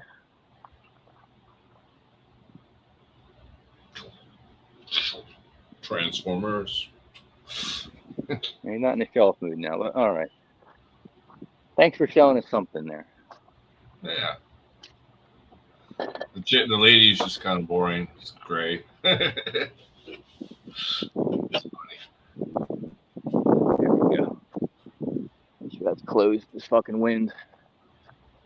Had this happen before. I didn't close the gate all the way, and the wind blew open, and ended up chasing the peacock around the over the fence in the backwoods here, like an hour and a half, through blackberry bushes and everything. I got myself all cut the fuck up, poison oak and everything, before I finally got his ass and got him back in the cage. Yeah, you gotta get him before the coyote gets him, because they'll Yeah. get him. It gets dark, they'll get him. It'd be some exotic meat for them. They'll go, "What the fuck is this?" Well, as long as the most chance for them to get out here is the bobcats. They can jump high. They climb trees and stuff. Oh yeah, the bobcats. The or if the hen is on the ground sitting on eggs, she will not leave the eggs away. She'll get taken out by a coyote. Otherwise, normally they'll roost 25, 30 feet up in the trees or more. So they'll be way up in the high in the tree at night. They can get that the peacock. Oh yeah, well, they fly. They can get up. Really? I didn't know that. They can fly. They can sure fly. Yeah. Oh. I guess I've never seen a peacock fly. They usually don't. They run everywhere. But yeah, they can fly up a good 30, 40, 50 feet, whatever they need to fly up to get out of the up. They can just fly off if they want to. I mean, they can take off. I think they're so big they probably only sustain their flight for a couple minutes at the most. Probably, you know. And on top of that, they are rather lazy birds, so if they can just fly up 20 feet and be on a branch and be out of the way, that's all the places they're going to go. You ever think about getting a big bird like an ostrich or the other one, the other big one? Emu. Emu.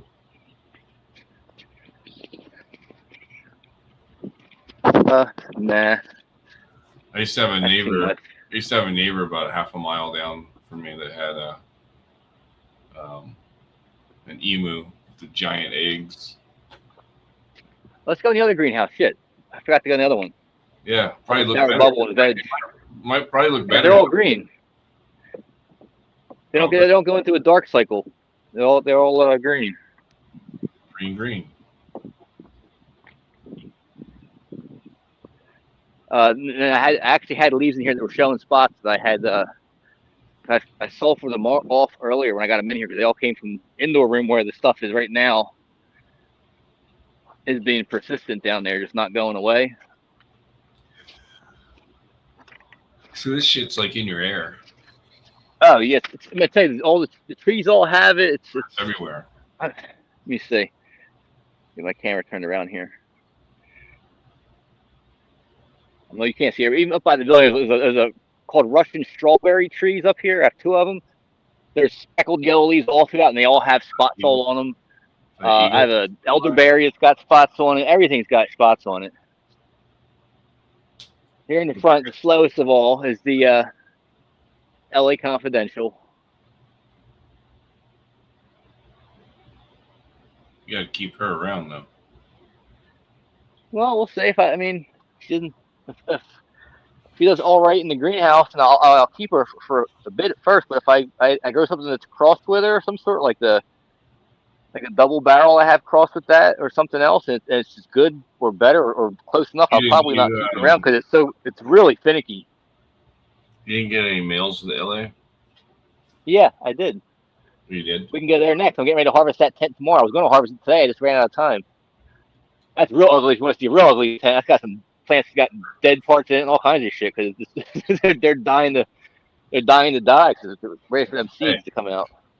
I like to see all cycles. All right, cool. All plants. So here, this whole line right here, and this here, this is a different one here, the sour bubble. So it didn't look different indoors though, but outdoor here, this one here looks different for sure. The more I look at it, that's sour bubble 4. All right, so you got everything in smart pots and drippers. Is that what we're doing? Number 2. Yeah.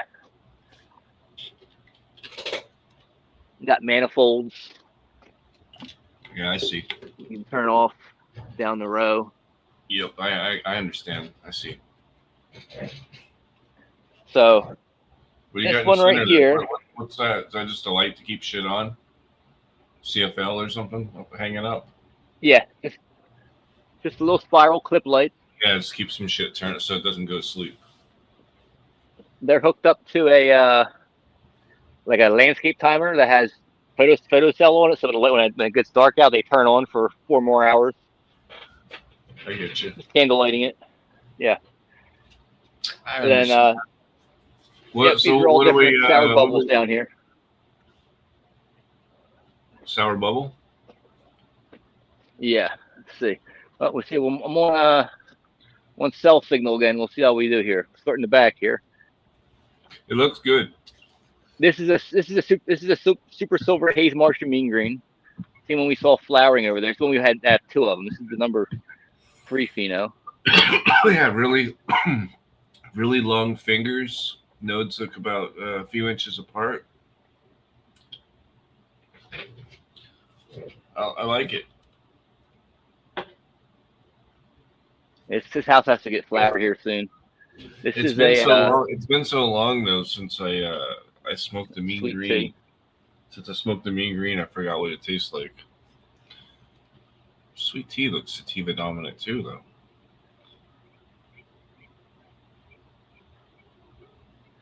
And then this is cell. You got a lot of stuff with the long fingers. So they're all the same. These are all cell here. Cell, cell, and cell. Are you able to get back? Are you able to get back Yeah. to that back right one? This one back there, around the other side here. Well, we'll work our way back there too. So, anyway, these are the dark wood, and this here is here we go. See, that's from the septoria there. I That's a sprayed lot these thicker, fuckers a lot wider with the fingers. sulfur, and wherever there was But the spore micronized damage, the sulfur sulfur, nuked them. This is a dark wood. This naturally has lighter color leaves to start with. That's one of my favorites.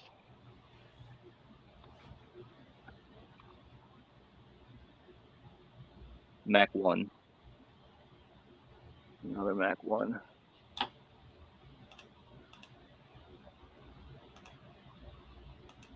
What did you say, Mac 1? Yeah. Can you still show that again? I was reading the comments. All right. These ones So, here, that actually have to tie off I the feel water bad. line. The Mac 1, They're such a slow grower that only water them half as much as the other plants. I felt bad about the Mac 1. They haven't got water. I think I told you before, like the Mac 1, like I had it. It was gifted to me.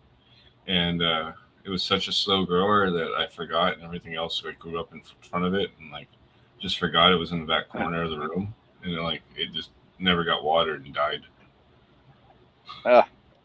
Yeah, those have been vegging longer.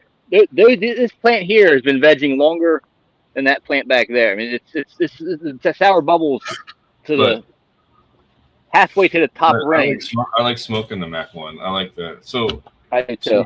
Speaking of Mac 1, so like, how much Colombian do you taste in the Mac 1? Because since you know the Colombian pretty well. I don't know if it's Colombian I taste. It has some kind of old school funky taste to it that I like some of that like fresh pine kind of stuff coming through it. I don't know if that's the Colombian or not. Colombian to me seems a little earthy or spicier. Well, it has the Miracle Alien Cookie, so it has the Starfighter. Is that what's in there? Miracle? I think so. I think it's Starfighter. Colombian Starfighter cookie at some point, I guess.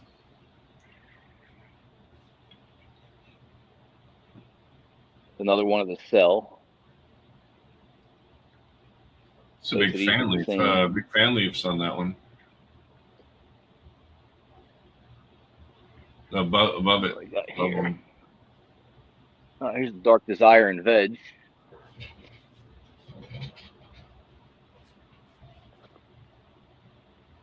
Both of these are Dark Desire. There's another one here. Can you go back to the last one and show that new growth, that leaf with the new growth, the bright green? This one? Yeah, I want to see the one with the bright. Let's see. The camera just needs like a second or something in the buffer to catch up. Let's try it. That's Dark Desire.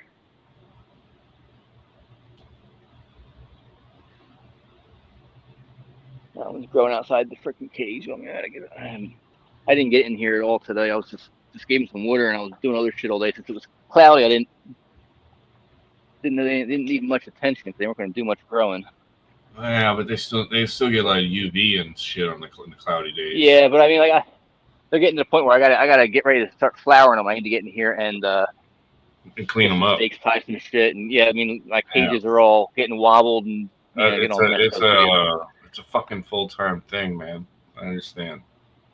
Yeah, it's tiring sometimes. Shit, but it's tiring. It's like a zen, but it gets tiring sometimes. All right, let me close this shit up here. I need 2 hands for that.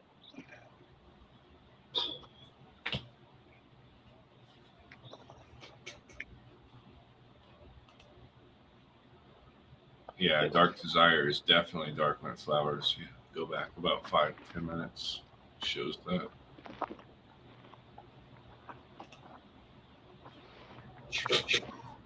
All right. Old school tarp style. Yep, I just yank them over.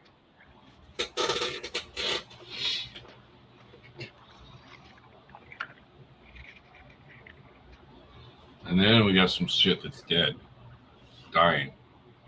Yep. I originally planned to harvest this on like Tuesday, and the shit kept popping up. I was busy at a job today doing some stuff for property turnover. They're getting ready to get new renters in, so I had to do some shit before the renters got there.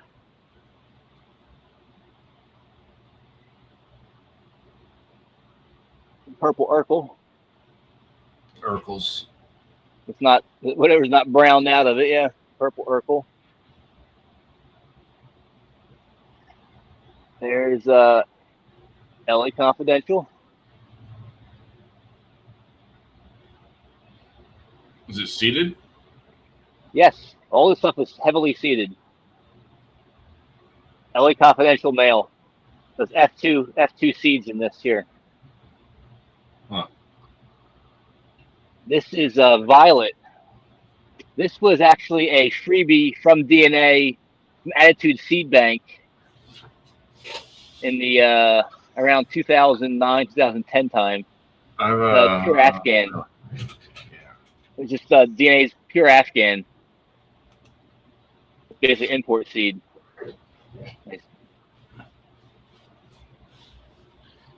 This is CBD rich here.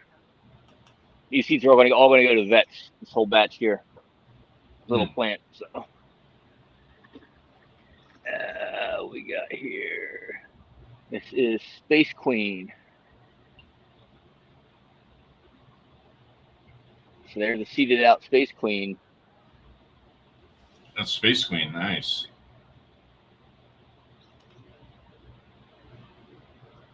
And both of these beautiful looking buds. Did you have here all this and you have moms left? These here are all sour bubble. These are all four different other phenos of sour bubble here. In these two pots. It's a difference in size, though, right? That's yeah, they're different size plants. I just had extra ones. I wanted to get all of them in the mix. So I had a full representation of all the different sour bubbles I had. There's a Dark Desire. Seeds on top look like they're mature. Probably got died out before. So that's Space Queen to LA Confidential. That should be pretty. Yes, over here. That should be pretty interesting. Here is Space Queen times LA Confidential. Yeah, that's pretty interesting. That sounds awesome. Sounds like my kind of smoke. Here is Martian Mean Green Super Silver Haze. Oh wow, girthy.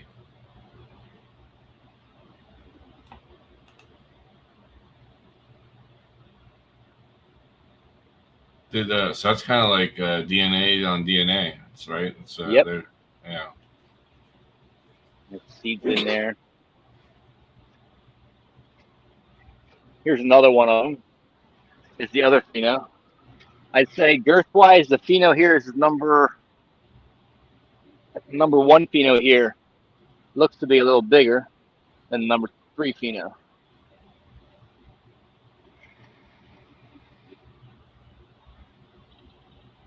It's like a minty, eucalyptusy, pine. Eucalyptus. Armpit. That's armpit something or other along with it though too. Eucalyptus seems to be a little bit more common.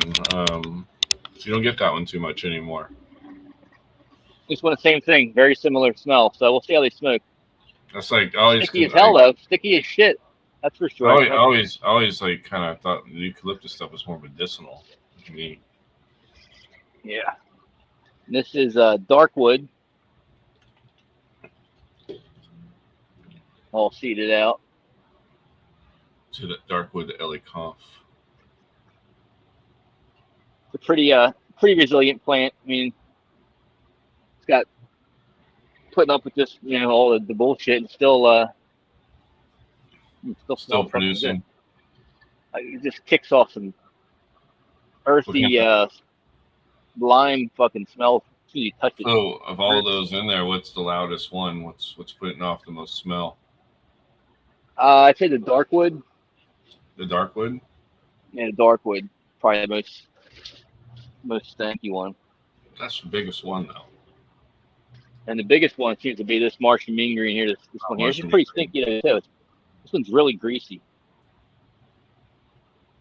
I don't know if that would wash very well. It seems to be very. The mean green, like I forgot to tell you, I might have started to say, like it was like 2014 or 15. I was smoking a lot of that, and there was guys in like Southern California that were making a lot of BHO out of that, and it was really good fire BHO, the Martian mean green. But it was, I don't know if it was the same thing. It was Martian mean green 18. I don't know if that's the same thing. I don't know. I don't recognize that one. I don't think I've heard that one before. Yeah, this is a. It was like OG 18, and Martian. Okay, that makes sense. Yeah, Martian mean that was green. One of their. Yeah. Yeah. This is a super funk crossed with the LA. Super funk. What you getting off of how that? they come out. Small one.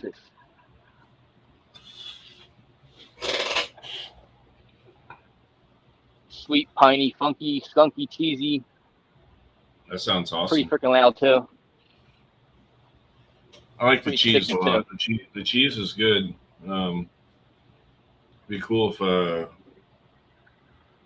there was a pure cheese out there, but. And then this here is Phantom Zone.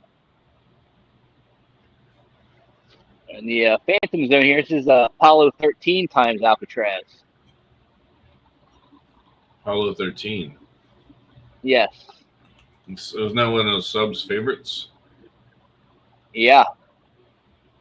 This really adds a lot of punch, a lot of zip to the. But I think he would describe it as giving them.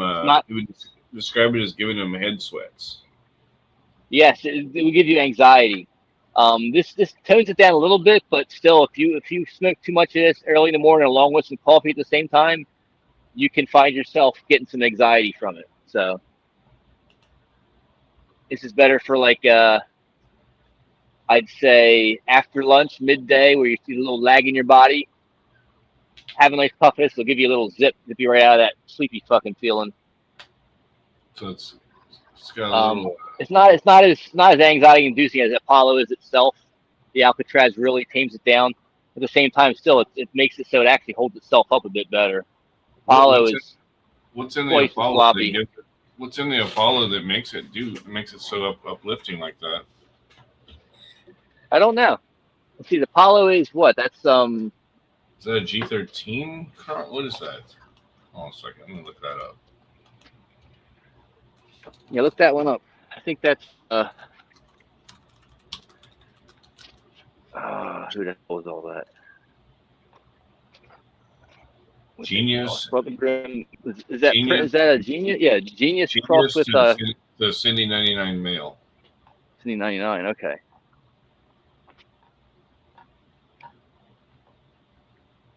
So is that from Mr. Soul? That's all. Yeah, that's all. Brothers Grimm. That's Brothers Grimm. Okay. Let's see if I can regular audio here.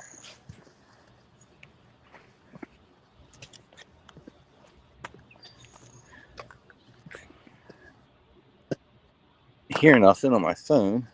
We can hear you. I can hear you. I can hear now. There we go. Wait for my earbuds to kick off.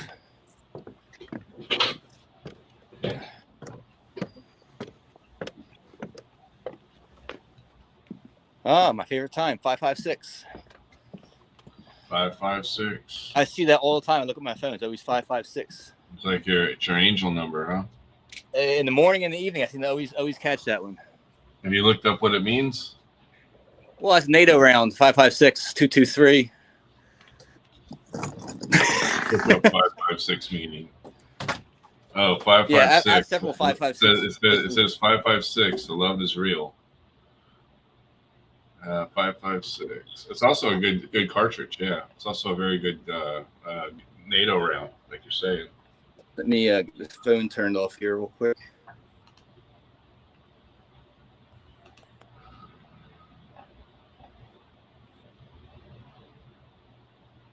556 suggests that you move forward with ideas and plans as they will be proved to be the most beneficial in all ways for yourself and your loved ones.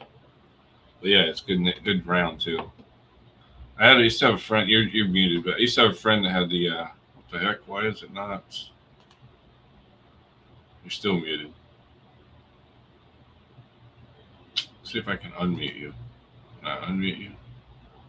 Cannot unmute your guest because they chose to mute themselves. Okay, so I guess you're still muted. Try now. No, you just muted yourself again. You were unmuted. There we go. How's that? There you go. All right.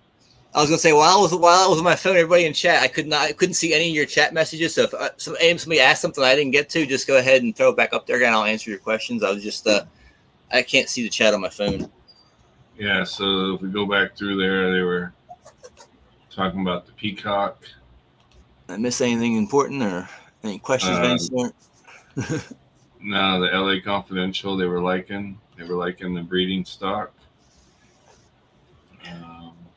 I sent Don and Aaron a clone of the female, so they have a clone of the female already, and all the seeds I made from the batch so far. So see if they find anything. Nice. So I assume you must own a couple 5.56 guns. Yeah, I do. My wife does. A couple different platforms of them. I have a Mini 14. It's a pretty cool little rifle. A couple different ARs. Yeah, I used to have a friend that had a SIG 5.56, and I used to go to his house and shoot it. It was pretty fun. I've got a 7.62 SIG. That's the I have a gas regulated the older model. That's a big, heavy like AR-10 style receiver. But it's a proprietary SIG receiver too, which makes it more difficult for aftermarket kind of crap to paint in the butt. But it's a good rifle. It's really other than the fact that it's heavy, it's a solid rifle. Your audio's breaking up on this phone. I don't know. It's better on the other one. So I don't know. It was better. Now it's not as good. It's breaking up on my computer. Huh. Yeah. I should have good signal here. Should. You did earlier. Let me go move my hotspot again. I yanked down. There we go.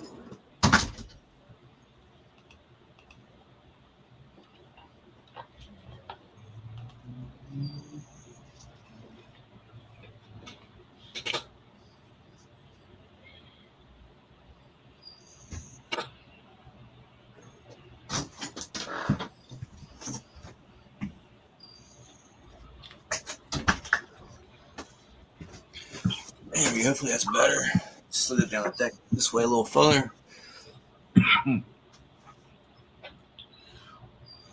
they're talking about a lot of TGA strains: Jack the Ripper, Dairy Queen, Blood Moon. Blood Moon. That was George fun back in the day.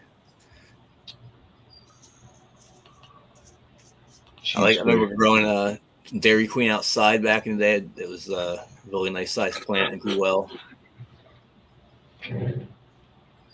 I've grown Jack the Ripper, Third Dimension, all outside. Agent Orange. I grew several. I had a really nice feed on Agent Orange. I kind of would like that one back. It was really orangey and cedary. It's like orange cedar. Did you grow any of the Black Cherry Cola crosses like Ace of Spades? No, I did not. After sampling some of sub and dioxides that they grew, and they like, this is some of the better stuff, I was like, no, I'm kind of good on it. Huh. I liked Black Cherry. It looked beautiful, but the smoke was just kind of mids. Didn't cut it for me. It was just cool blah. Didn't have any kind of interesting buzz or anything. It was just kind of nothing. This wasn't my thing. I don't know. I still have some packs. I have the Black Jerry Soda crossed with Quirkle, which is Black Dyla. JTR, which is I think Space Queen was Pink Lady or something. I think they might have changed that for everything.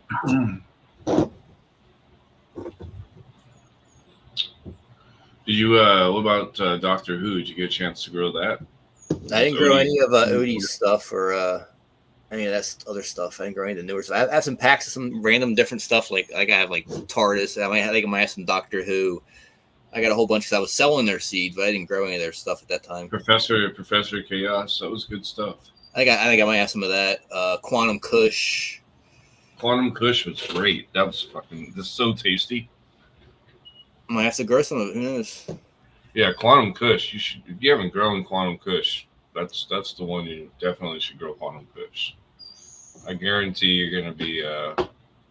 That's gonna be a jar that you're gonna be fucking smoking fast.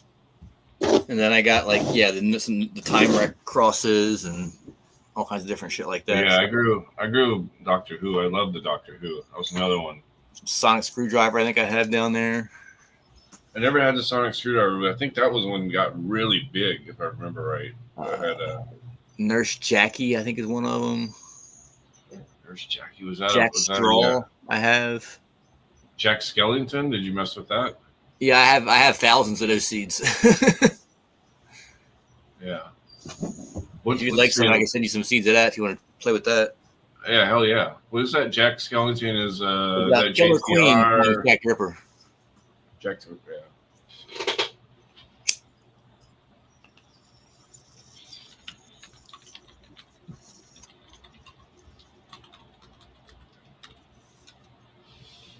What you got in there? Dark Desire? Some Celt. Colombian.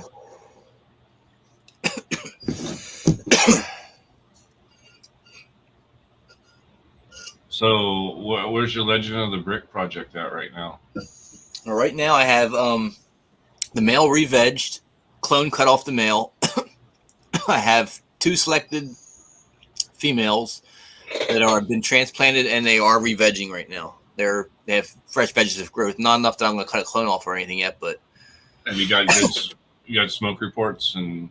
Yeah, I've smoked everything, made my selections, all that jazz. So. Find anything that resembles the awesome trash weed, like because there was some awesome shit in the brick. I mean, it was to me, since it's a lot of it, the actual stuff you got when I smoked brick was imported and made its way to Philly up to the Jersey Shore. And so by the time I got it, it was this brown kind of squash nothing. Even let me show you, bro. Even brick I have.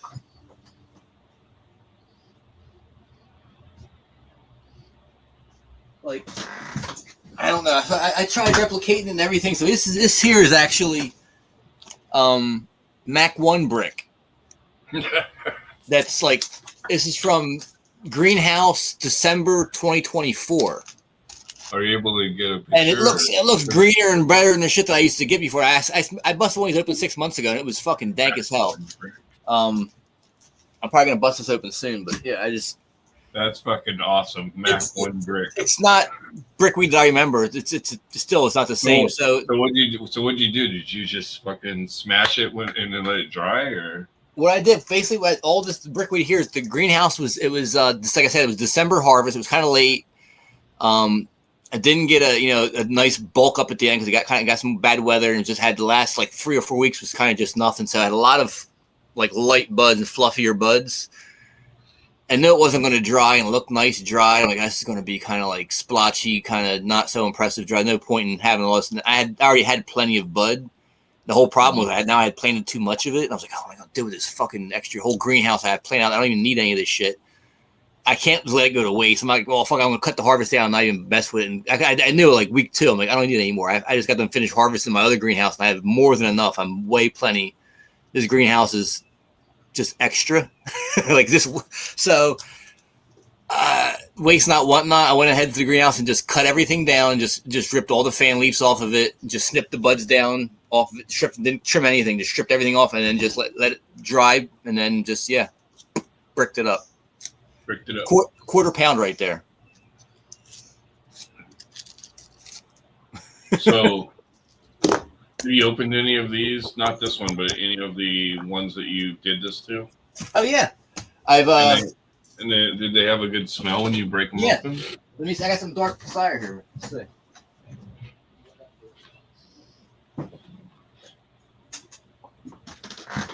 See? Maybe we don't I'm not need sure. I to gave my do wife one of them, Dark Desire. She likes the Dark Desire one for Christmas. Oh, here we go. Yeah.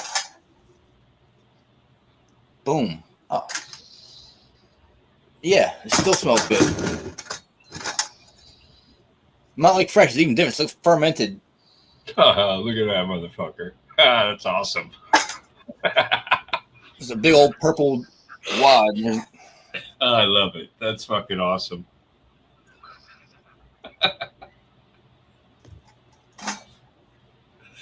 But no seed. No seeds in it, right? It's all sensey. So I just keep it in there now.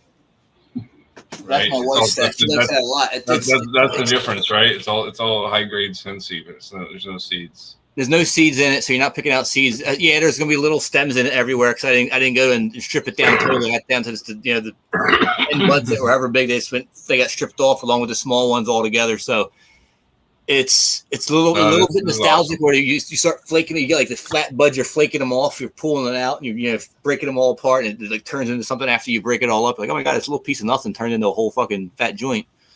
You might have a new category in the dispensary where they just sell bricks. The little 7-gram bricks.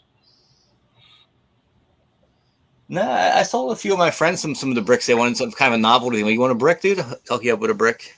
And had like 2.5 pounds of bricks in it. Like one's enough to last me. Like I'm gonna be like right now. I have literally my bud that's like the nice greenhouse fluffy stuff.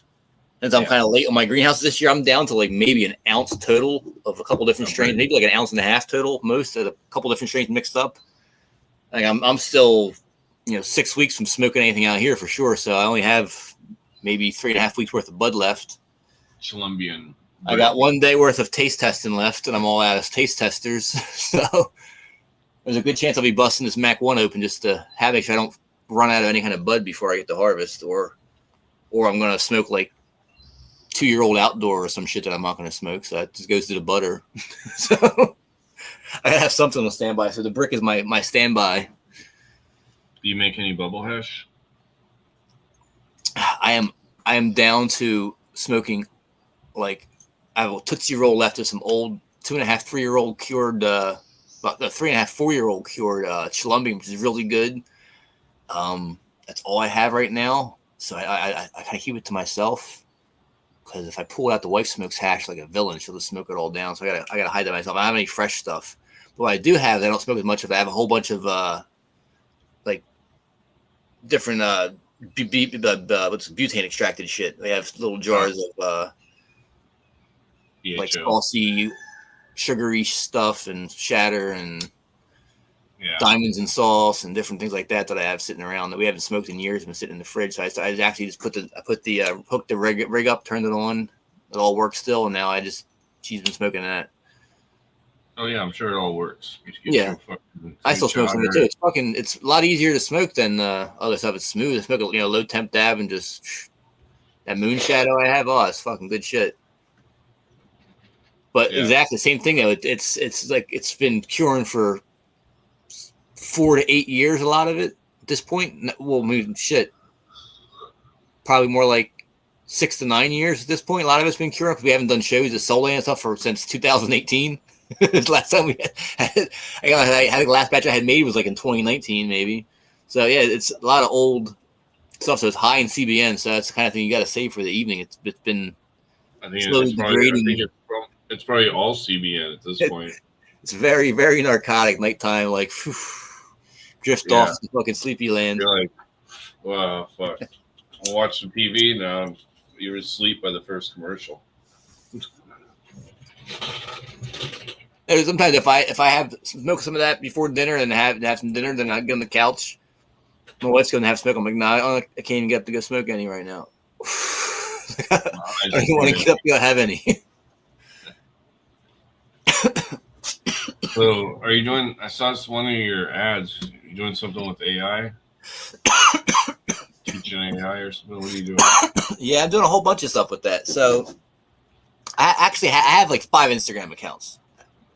One of them I just opened up is basically just me shooting content, learning how to work AI, do digital content, homesteading, everything I do at my house here, just me day to day, all the shit I'm doing kind of stuff. And other accounts are I have other stuff I'm working on. I have my woodworking stuff. I have like it's a backup account for Gen X Play. I haven't done anything with it, just sitting there. I have my NorStar account. I have one called Scenic Wineries. That's a website that I built. I'm working on I'm trying to come with ways that make extra money while I'm at home doing other stuff. So I can't basically. I've been doing the seed stuff and then doing handyman construction stuff, which pays really well. I do enjoy doing it, but my body pissed at me if I do any more than 2 or 3 days in a row. So I'm limited by how much I can make just by how much pain I can tolerate. I get arthritis in my hands from using the drills, and like they fucking hurt for like 3 days. I got to hold a hot cup of coffee and then go heat it back up again just to hold it again to thaw my hands out, kind of bullshit. So I decided I need to switch up and try to find extra side hustle. So I'm trying to work the digital angle and stuff here, and then who knows in November if the government comes down on people with seeds and all of a sudden whoever hosts my the host place for my website just shuts me off. I have no website anymore. It's going to be hard to even sell seeds. So, well, I do other stuff. So it might be. Well, they're still legal in California, so you just might have to do shows again. Sell them at shows. Otherwise, I think you can get like the smallest license, a nursery license, and then you could sell them through my zoning have to move. You have to move? I have to move. I can't. My zoning wouldn't allow me to have it here. I see. They explicitly put no cannabis in my zoning. Sonoma County was crooked as hell. The people that help design all the laws basically run all the Absolute Extract brand, Canacraft or something. They partnered up with the city and wrote all the laws. Basically, you have to have a commercial lot, an industrial lot, or agricultural lot specifically to have any kind of cannabis operational in. Mine's agricultural residential, which they don't allow that. Has to be either a mixed agriculture, diversified agriculture is the only one that you actually have a residence on. And so basically, fuck through zoning. Yeah, basically 80% of the people that grew in the county that had between 1 and 10 acres had a little tiny farm in the backyard in the county that grew for dispensaries through the medical program were in that zone I'm in. It's the most popular zone. So you can have family farms, greenhouses, everything, yada, yada, yada, do all that kind of shit. I can have 3,000 square foot of greenhouses on my property before I even need to get a permit for it, for actually doing commercial gardening, growing stuff, taken to the farmer's market, all that kind of shit. They just came out and basically said, excluding cannabis, and even in bold and in red in my zoning. Like 6 plants only, boom, real big. So we have to get our medical so we can have 30 plants each out here still. That's what it is. No, it's just it's really fucked, it's like they gave us this at first it was like the gate was closed, the door was completely closed, we couldn't smoke cannabis, it's completely 100% illegal.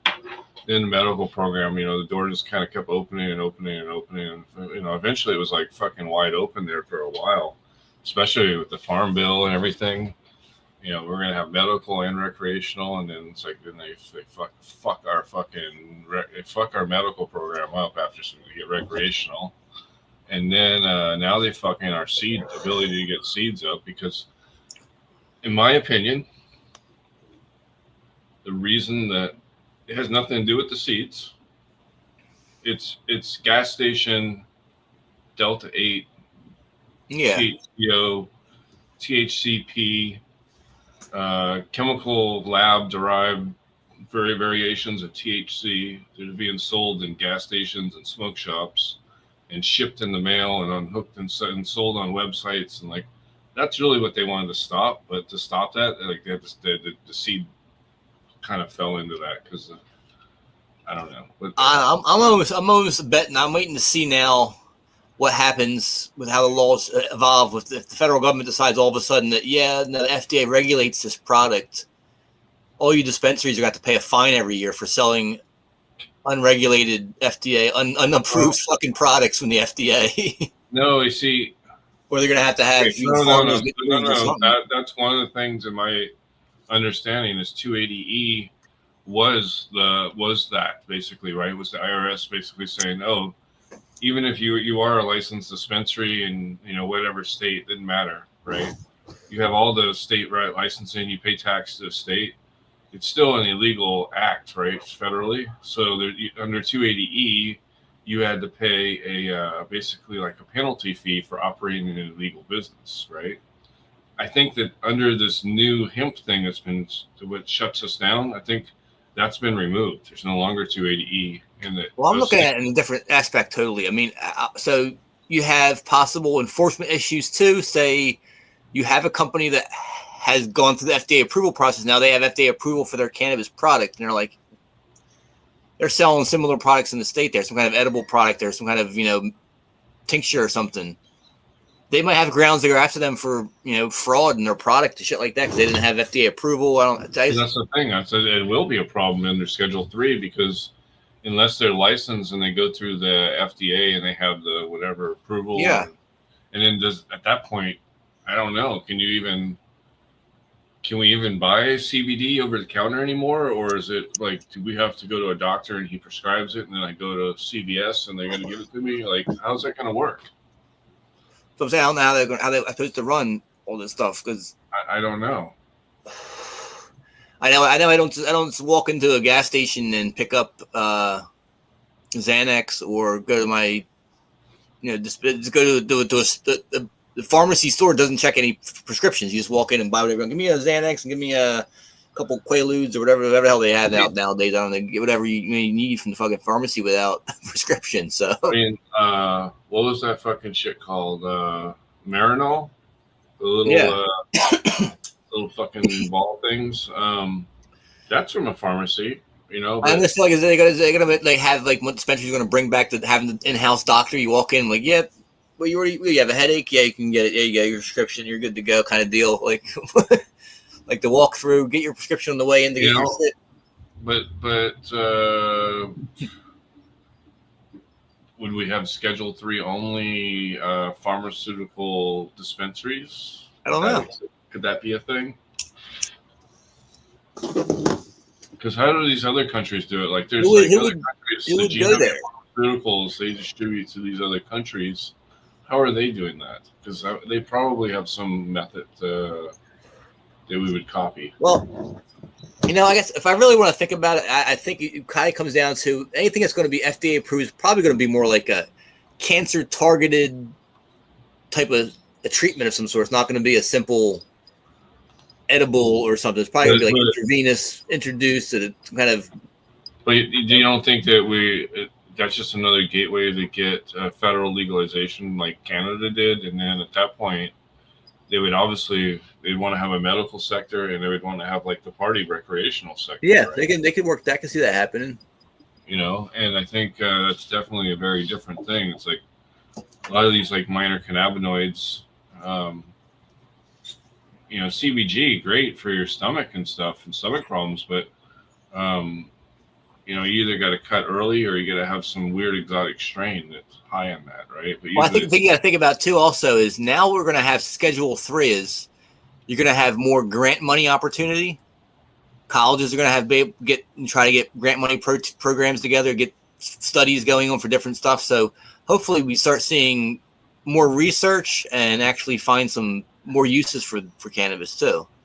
Well, and now that it's government funded, they can't say it's bullshit. They're like, all right, cannabis can cure cancers and do different things. We're funding the research now.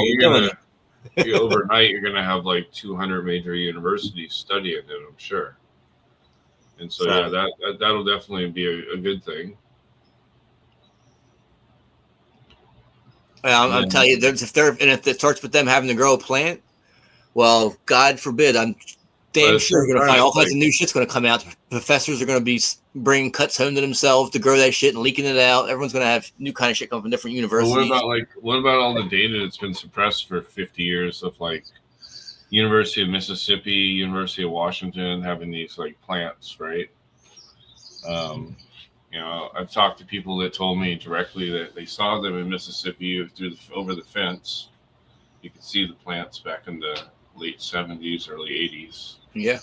There's people that I've talked to. I've seen the horticulture thing at the UW. I've never seen plants in there, but I've talked to people that claim that they've seen plants in there, but I've never personally seen it. You can't see in there. It's like, it's the streets down here, and it's up above, and you can't see in there, but you can see it.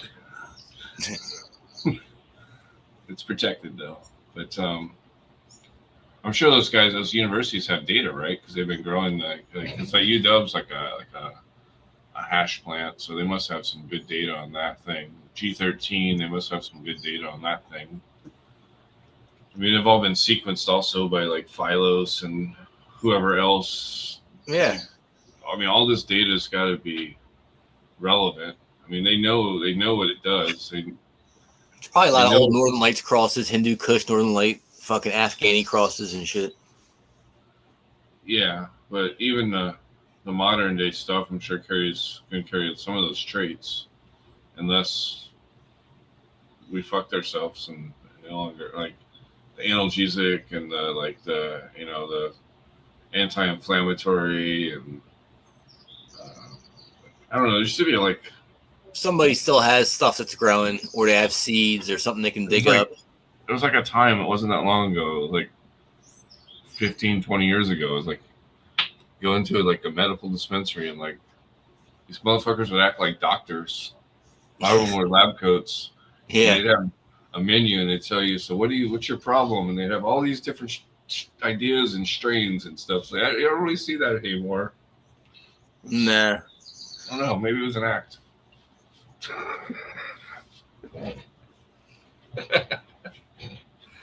But yeah, AI. I'm trying to do more with the AI too. I gotta. You can only get so far without. You gotta pay for it, and you gotta figure out which one you want to pay for. Yeah, so there's different programs and stuff. I use a couple different programs for things, messing around that aren't so much AI. I have AI engines in them. We do have general just ChatGPT. The whole family here uses for different things. We do pay a minimum version for that just to get extra content out of that one. But then for social media posting and stuff, I use one called Allen AI, which I can literally go on Instagram, take people's profiles, and it'll go and it'll organize all their posts by what gets the most views. It'll scrape the entire post out.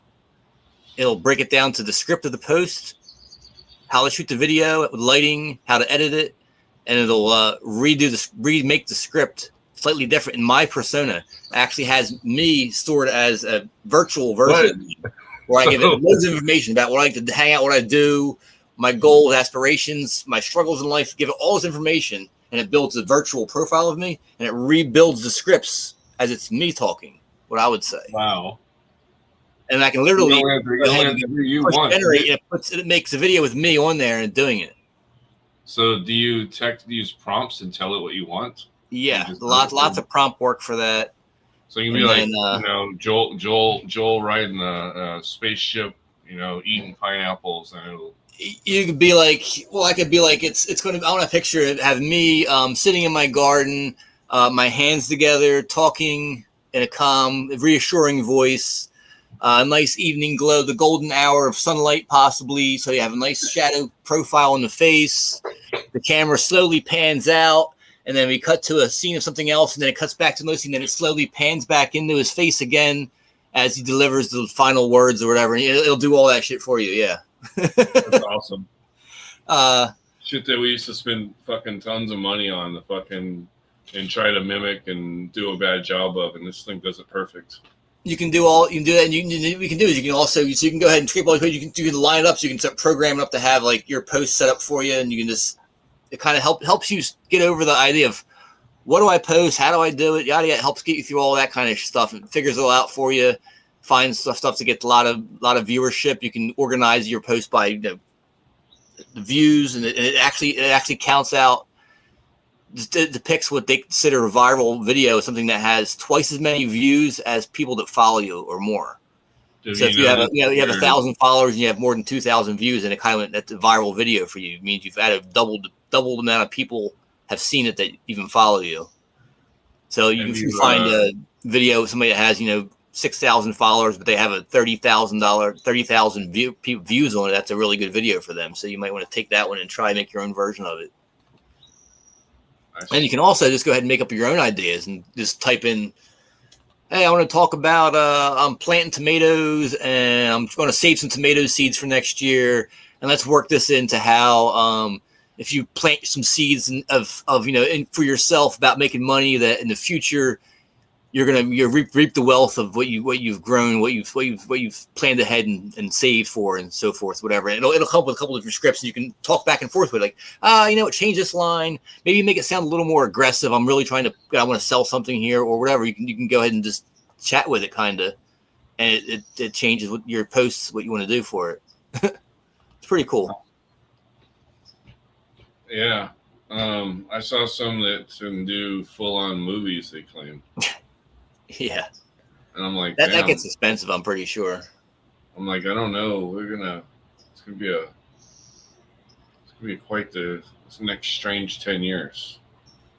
I mean, for me, I use a lot of it. Like I still shoot all my own videos. At some point, I'm going to use some of the AI videos just to see how it looks. See if anyone can pick it out or not. See if anyone can tell the difference between the AI video or not. But you have to pay for credits for things, right? So if you want to start shooting a lot of AI videos, you're probably going to spend like $150 a month shooting AI videos yourself for posts. If you start, shooting everything's AI, you're going to start spending money for it. But for me to go ahead and like look at entire profiles and try to find people's posts and scrape it and change all the text for me, and that gives me all the information just for me to shoot it myself. I'm not going to run out of credits doing that at all. Every month they give me a new 1,000 credits, and I use like 2 to 5 credits at a time. So I'm not going to shoot more than 200 freaking videos in a month or anything. So I don't have to worry about ever running out of credits. I do that for most all the time. But yeah, at some point I'm gonna go ahead and mess around with that and see if the AI version of me looks like me and if it cuts it or not. So I'd like to be able to be like at the beach on vacation, like, oh man, I'm just sacked out. I feel like getting in here and making up a post and just go ahead and hit send and just be done with it. Make a post or two and be like, all right, all done. Well done. That's funny. And it'll do that stuff too. I have to work on still, but it'll automatically DM people when they comment in your posts. Does it automate? You got me wondering if the newscasters do this, like if they're not even real. Automates all kinds of stuff. I think now, dude. After what I've been learning right now, almost every video, I'm like, is this guy even here? Even the guy I take classes from. He's like, honestly, he goes, about 60% of the content for the past 3 months I've been putting up there is AI generated me. I'm like, no shit. A lot of his repeat videos are the same stuff. He puts it on a couple different platforms he has, but it's just the same, some of the very similar videos. And I can't tell you which one's which. Now, granted, I'm not like his family. I don't know the guy. So I wouldn't be able to pick out the new ones. So I'm waiting to see if like I put up there, my grandmother was like, who the hell is that trying to pretend they're you? I'm going to get the phone call from somebody. So we'll see. Yeah, that's wild. I mean, I should recognize it myself, I would hope. I don't know. Are you think you're gonna do shows in the future? Like go back to like, I don't know, whatever. Because like Chalice Fest is supposed to exist. You got that fucking whatever it is. And... my wife and I have been talking about selling and moving here for a couple of years, and it's really, I love everything I've had, all the trees I planted, but it's, like I say, it's kind of slipped. I want flatter land.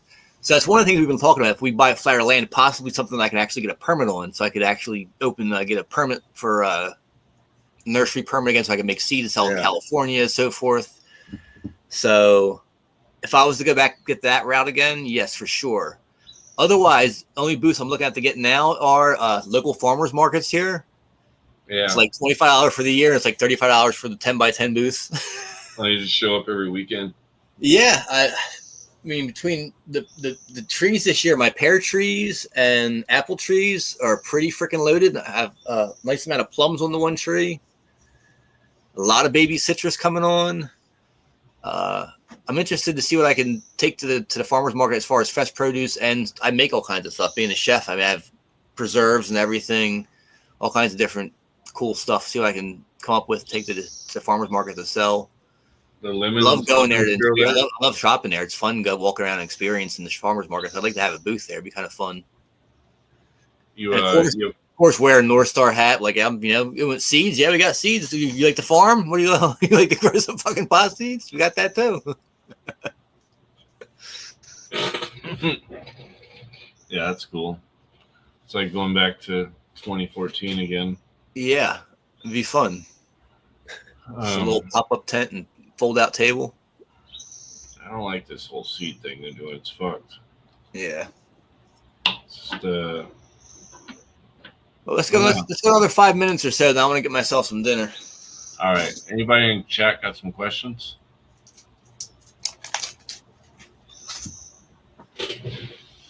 Ask your questions now. Any questions? Where's my place in the universe? Who am I? Nothing that deep, please. Some of them might be so high they can't even type that. Might be too much to ask to type. Yeah. I don't know. I've been so high where I couldn't remember where the mouse was or the remote control or. Oh yeah. But yeah, that's cool. I gotta figure out my whole situation here soon. I gotta move again too, so gotta evaluate. Well, I looked into it, right? So I keep looking at like what I keep seeing online what the estimates for it. It's look at like a nice number. I'm like, I like that's pretty good. I walk away, money I've made. I've lived here for 20 years. But then, so I went ahead and also I had the it was next Open Door, where they'll actually come to give you just cash out to even put it on the market to sell. Like, all right, let me check these out, what they do. So they actually came to the house and walked through, took a video of it, and they sent me an offer for cash. And it was so insulting. I'm like, you gotta be kidding me. So I lost money in 20 years on the property that I've put like $200,000 in improvements to. I'm like, you fucking out of your mind. Yeah. You gotta be killing me.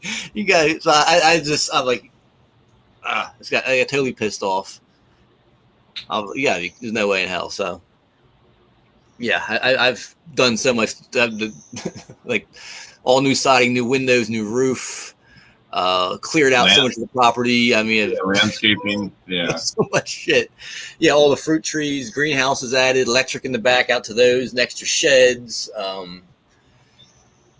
Extra building has extra new air conditioning systems down there, new roof, backup generator, more storage in the back. I have a whole extra, but done so much shit with it. Yeah, I'm like, you gotta be kidding me. So I know I still have another like probably another 50 to 75 grand of work I want to put into this place before I go to sell it, but they were acting like I needed to put like $500,000 into the fucking place.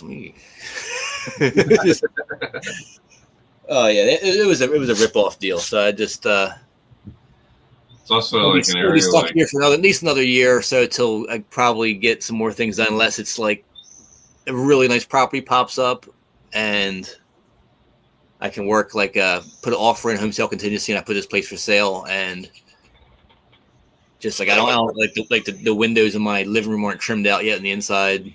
I had the paint in there. I had little patches on my deck I want to fix up and paint. So it depends on, I want to get some of that stuff done too, but whatever. So what would you have to do? You have to like go into like the city or something, city limits or something to be permitted?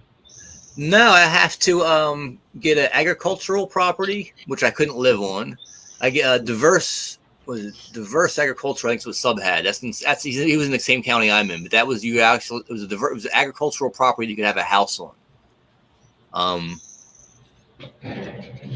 don't know if I can have an ADU in that property. I should be able to as well. They're pretty easy with that nowadays. But there were some other restrictions on. I forget what he had. It was some different stuff to it, but it was just the zoning bullshit. We went to the county, and they said, "Oh, you can just go buy another property." Can't we be grandfathered in? Or like there was no law before the grandfather in, so you're not under any kind of law that being grandfathered. So no, you can't apply for that. I guess at some point I could apply for a variance, but then I had to get a lawyer and go to city council and apply for a variance to be able to make seeds here and say, oh, I only need, I'm only using 800 square foot of greenhouse space and 500 square foot of indoor space. I don't need that much room really, so I don't need a. That's another thing too. Is the nursery permit for Sonoma County is just one size. It's 20,000. Well, last I checked, at least, it's 20,000 square foot. I don't need no 20,000 square foot nursery. Well, you keep a lot of moms of a lot of different strains. Yeah. But yeah, that'd be a lot of seeds. I mean, there's not enough market to buy all those seeds unless you have an international or an open. Now, I think up in Mendocino County, though, they have some like micro business licenses and things you can get up that way. That sounds more interesting to me. So if I was to move, that would be the thing. I love this area here a lot, but if I was to go to Mendocino, I'd actually have more opportunity with getting a license somewhere easier and stuff like that too. So there's a lot of shit to try to kind of take into mind before I make any decisions. Yeah. Basically, got to just stick it through here, keep working on remodeling my house, get finished with this first so it's ready to sell. See what happens in November. Who knows what's going to happen then? Yeah, you never know. If you get overturned, for all we know. Yeah. Everything. I mean, I understand like I said, I understand like the THCO and THCP stuff that's like made in the labs and being sold at gas stations across the country and stuff. I understand why they want to get rid of that because it could be, we don't even know what it is, a lot of it, right? But seeds, that doesn't make sense. That's just asshole. Yeah. Stupid. And it's the same guy that signed the farm bill, so it's like, why? What the fuck? What the fuck? Well, I got a feeling that the government rather would see it be like the New Jersey method, where you can't grow at home, you only go buy it. Well, that's like the fucking the big tobacco method, Yeah, like, I think they like that method better. You can buy all the packs of cigarettes you want, but can't grow it. I just see if everyone has to buy it, and everyone's got to transact somewhere, so there's going to be more chances to collect revenue somewhere. If somebody's growing a bunch of it and they have extra, and they go ahead and slang a bag over the fence to their neighbor, the neighbor's not buying it now, so now it's like, damn, it's less revenue we could possibly generate. So that's all I think comes in, just down to the money. They see a pack of seeds for $100 as a loss of possibly $5,000-$6,000 in sales throughout the course of the year to somebody they can tax. Yeah, I'd gladly, if they just made it so we just have to pay taxes, I'd gladly pay tax on it. That's not a problem. I just don't understand why this doesn't make sense. It's getting ready to rain out here. Rain? Looks like it's getting ready to rain. Some dark clouds coming overhead. The wind, trees are whipping around a little bit. Got a little cold air came in. When are you gonna put your tarps on? You got probably 8 or 9 o'clock, 8:39. Nah, I'm about 8 o'clock. 8 o'clock. Yep. You have lemons? I'm gonna go get some dinner. All right. Yeah, I'm gonna jump out too. I need to go eat. I haven't eaten today. But yeah, I agree. Why should it matter if I smoke weed and own a gun? I mean, if it comes to that, it should be more like if you drink beer, you should own a gun because you're more likely to get drunk and do something stupid with a gun than you are after smoking. Oh, the weed gun thing, yeah. Yeah, that makes no sense at all. So I never. But that's not an issue anymore now. So that's now it shouldn't be as much of an issue being a class 3. You shouldn't have to worry about walking into the gun store smelling like pot. They're like, oh, well, you can't now. I'm like, well, what do you mean? It's not a fucking illegal substance anymore. You can legally be prescribed. Can't have your medical license on you? Here, I'm subscribed to this shit. It's my medicine. Yeah.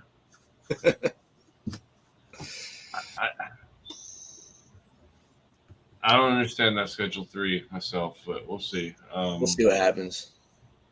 See what happens.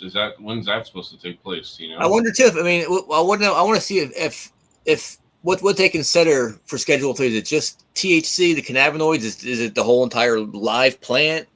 Is it the hash? What point does it become from cannabis to an actual Schedule 3 product? Is it anywhere along the line? So when it's basically what exactly is or something, or once it starts getting crisp, once they can actually detect THC, then it becomes a class 3. Be interested to find out all the nuances to that, what they're going to consider. Who's going to define them too? Yeah, that makes a big difference. You know, whoever has the most money invested involved with it, probably. Yeah. Whoever has the most to lose from it, or something. All right, well, we'll get some dinner, and you get some dinner. We'll talk again. I don't know, for a few sure. weeks or something. Everybody in chat, have a good one. Yeah, in a few weeks we're gonna have buds getting ready, close to coming down. So, well, when do you think? Perfect. About 4 weeks. Start harvesting. So, like July, middle of July. Yeah. Yeah. Do another one then. Sounds good. All right, cool. All right, take care. Later. Right, thanks everybody in chat. Thanks for coming by, and yeah, I'm gonna end the stream real quick, just a second here.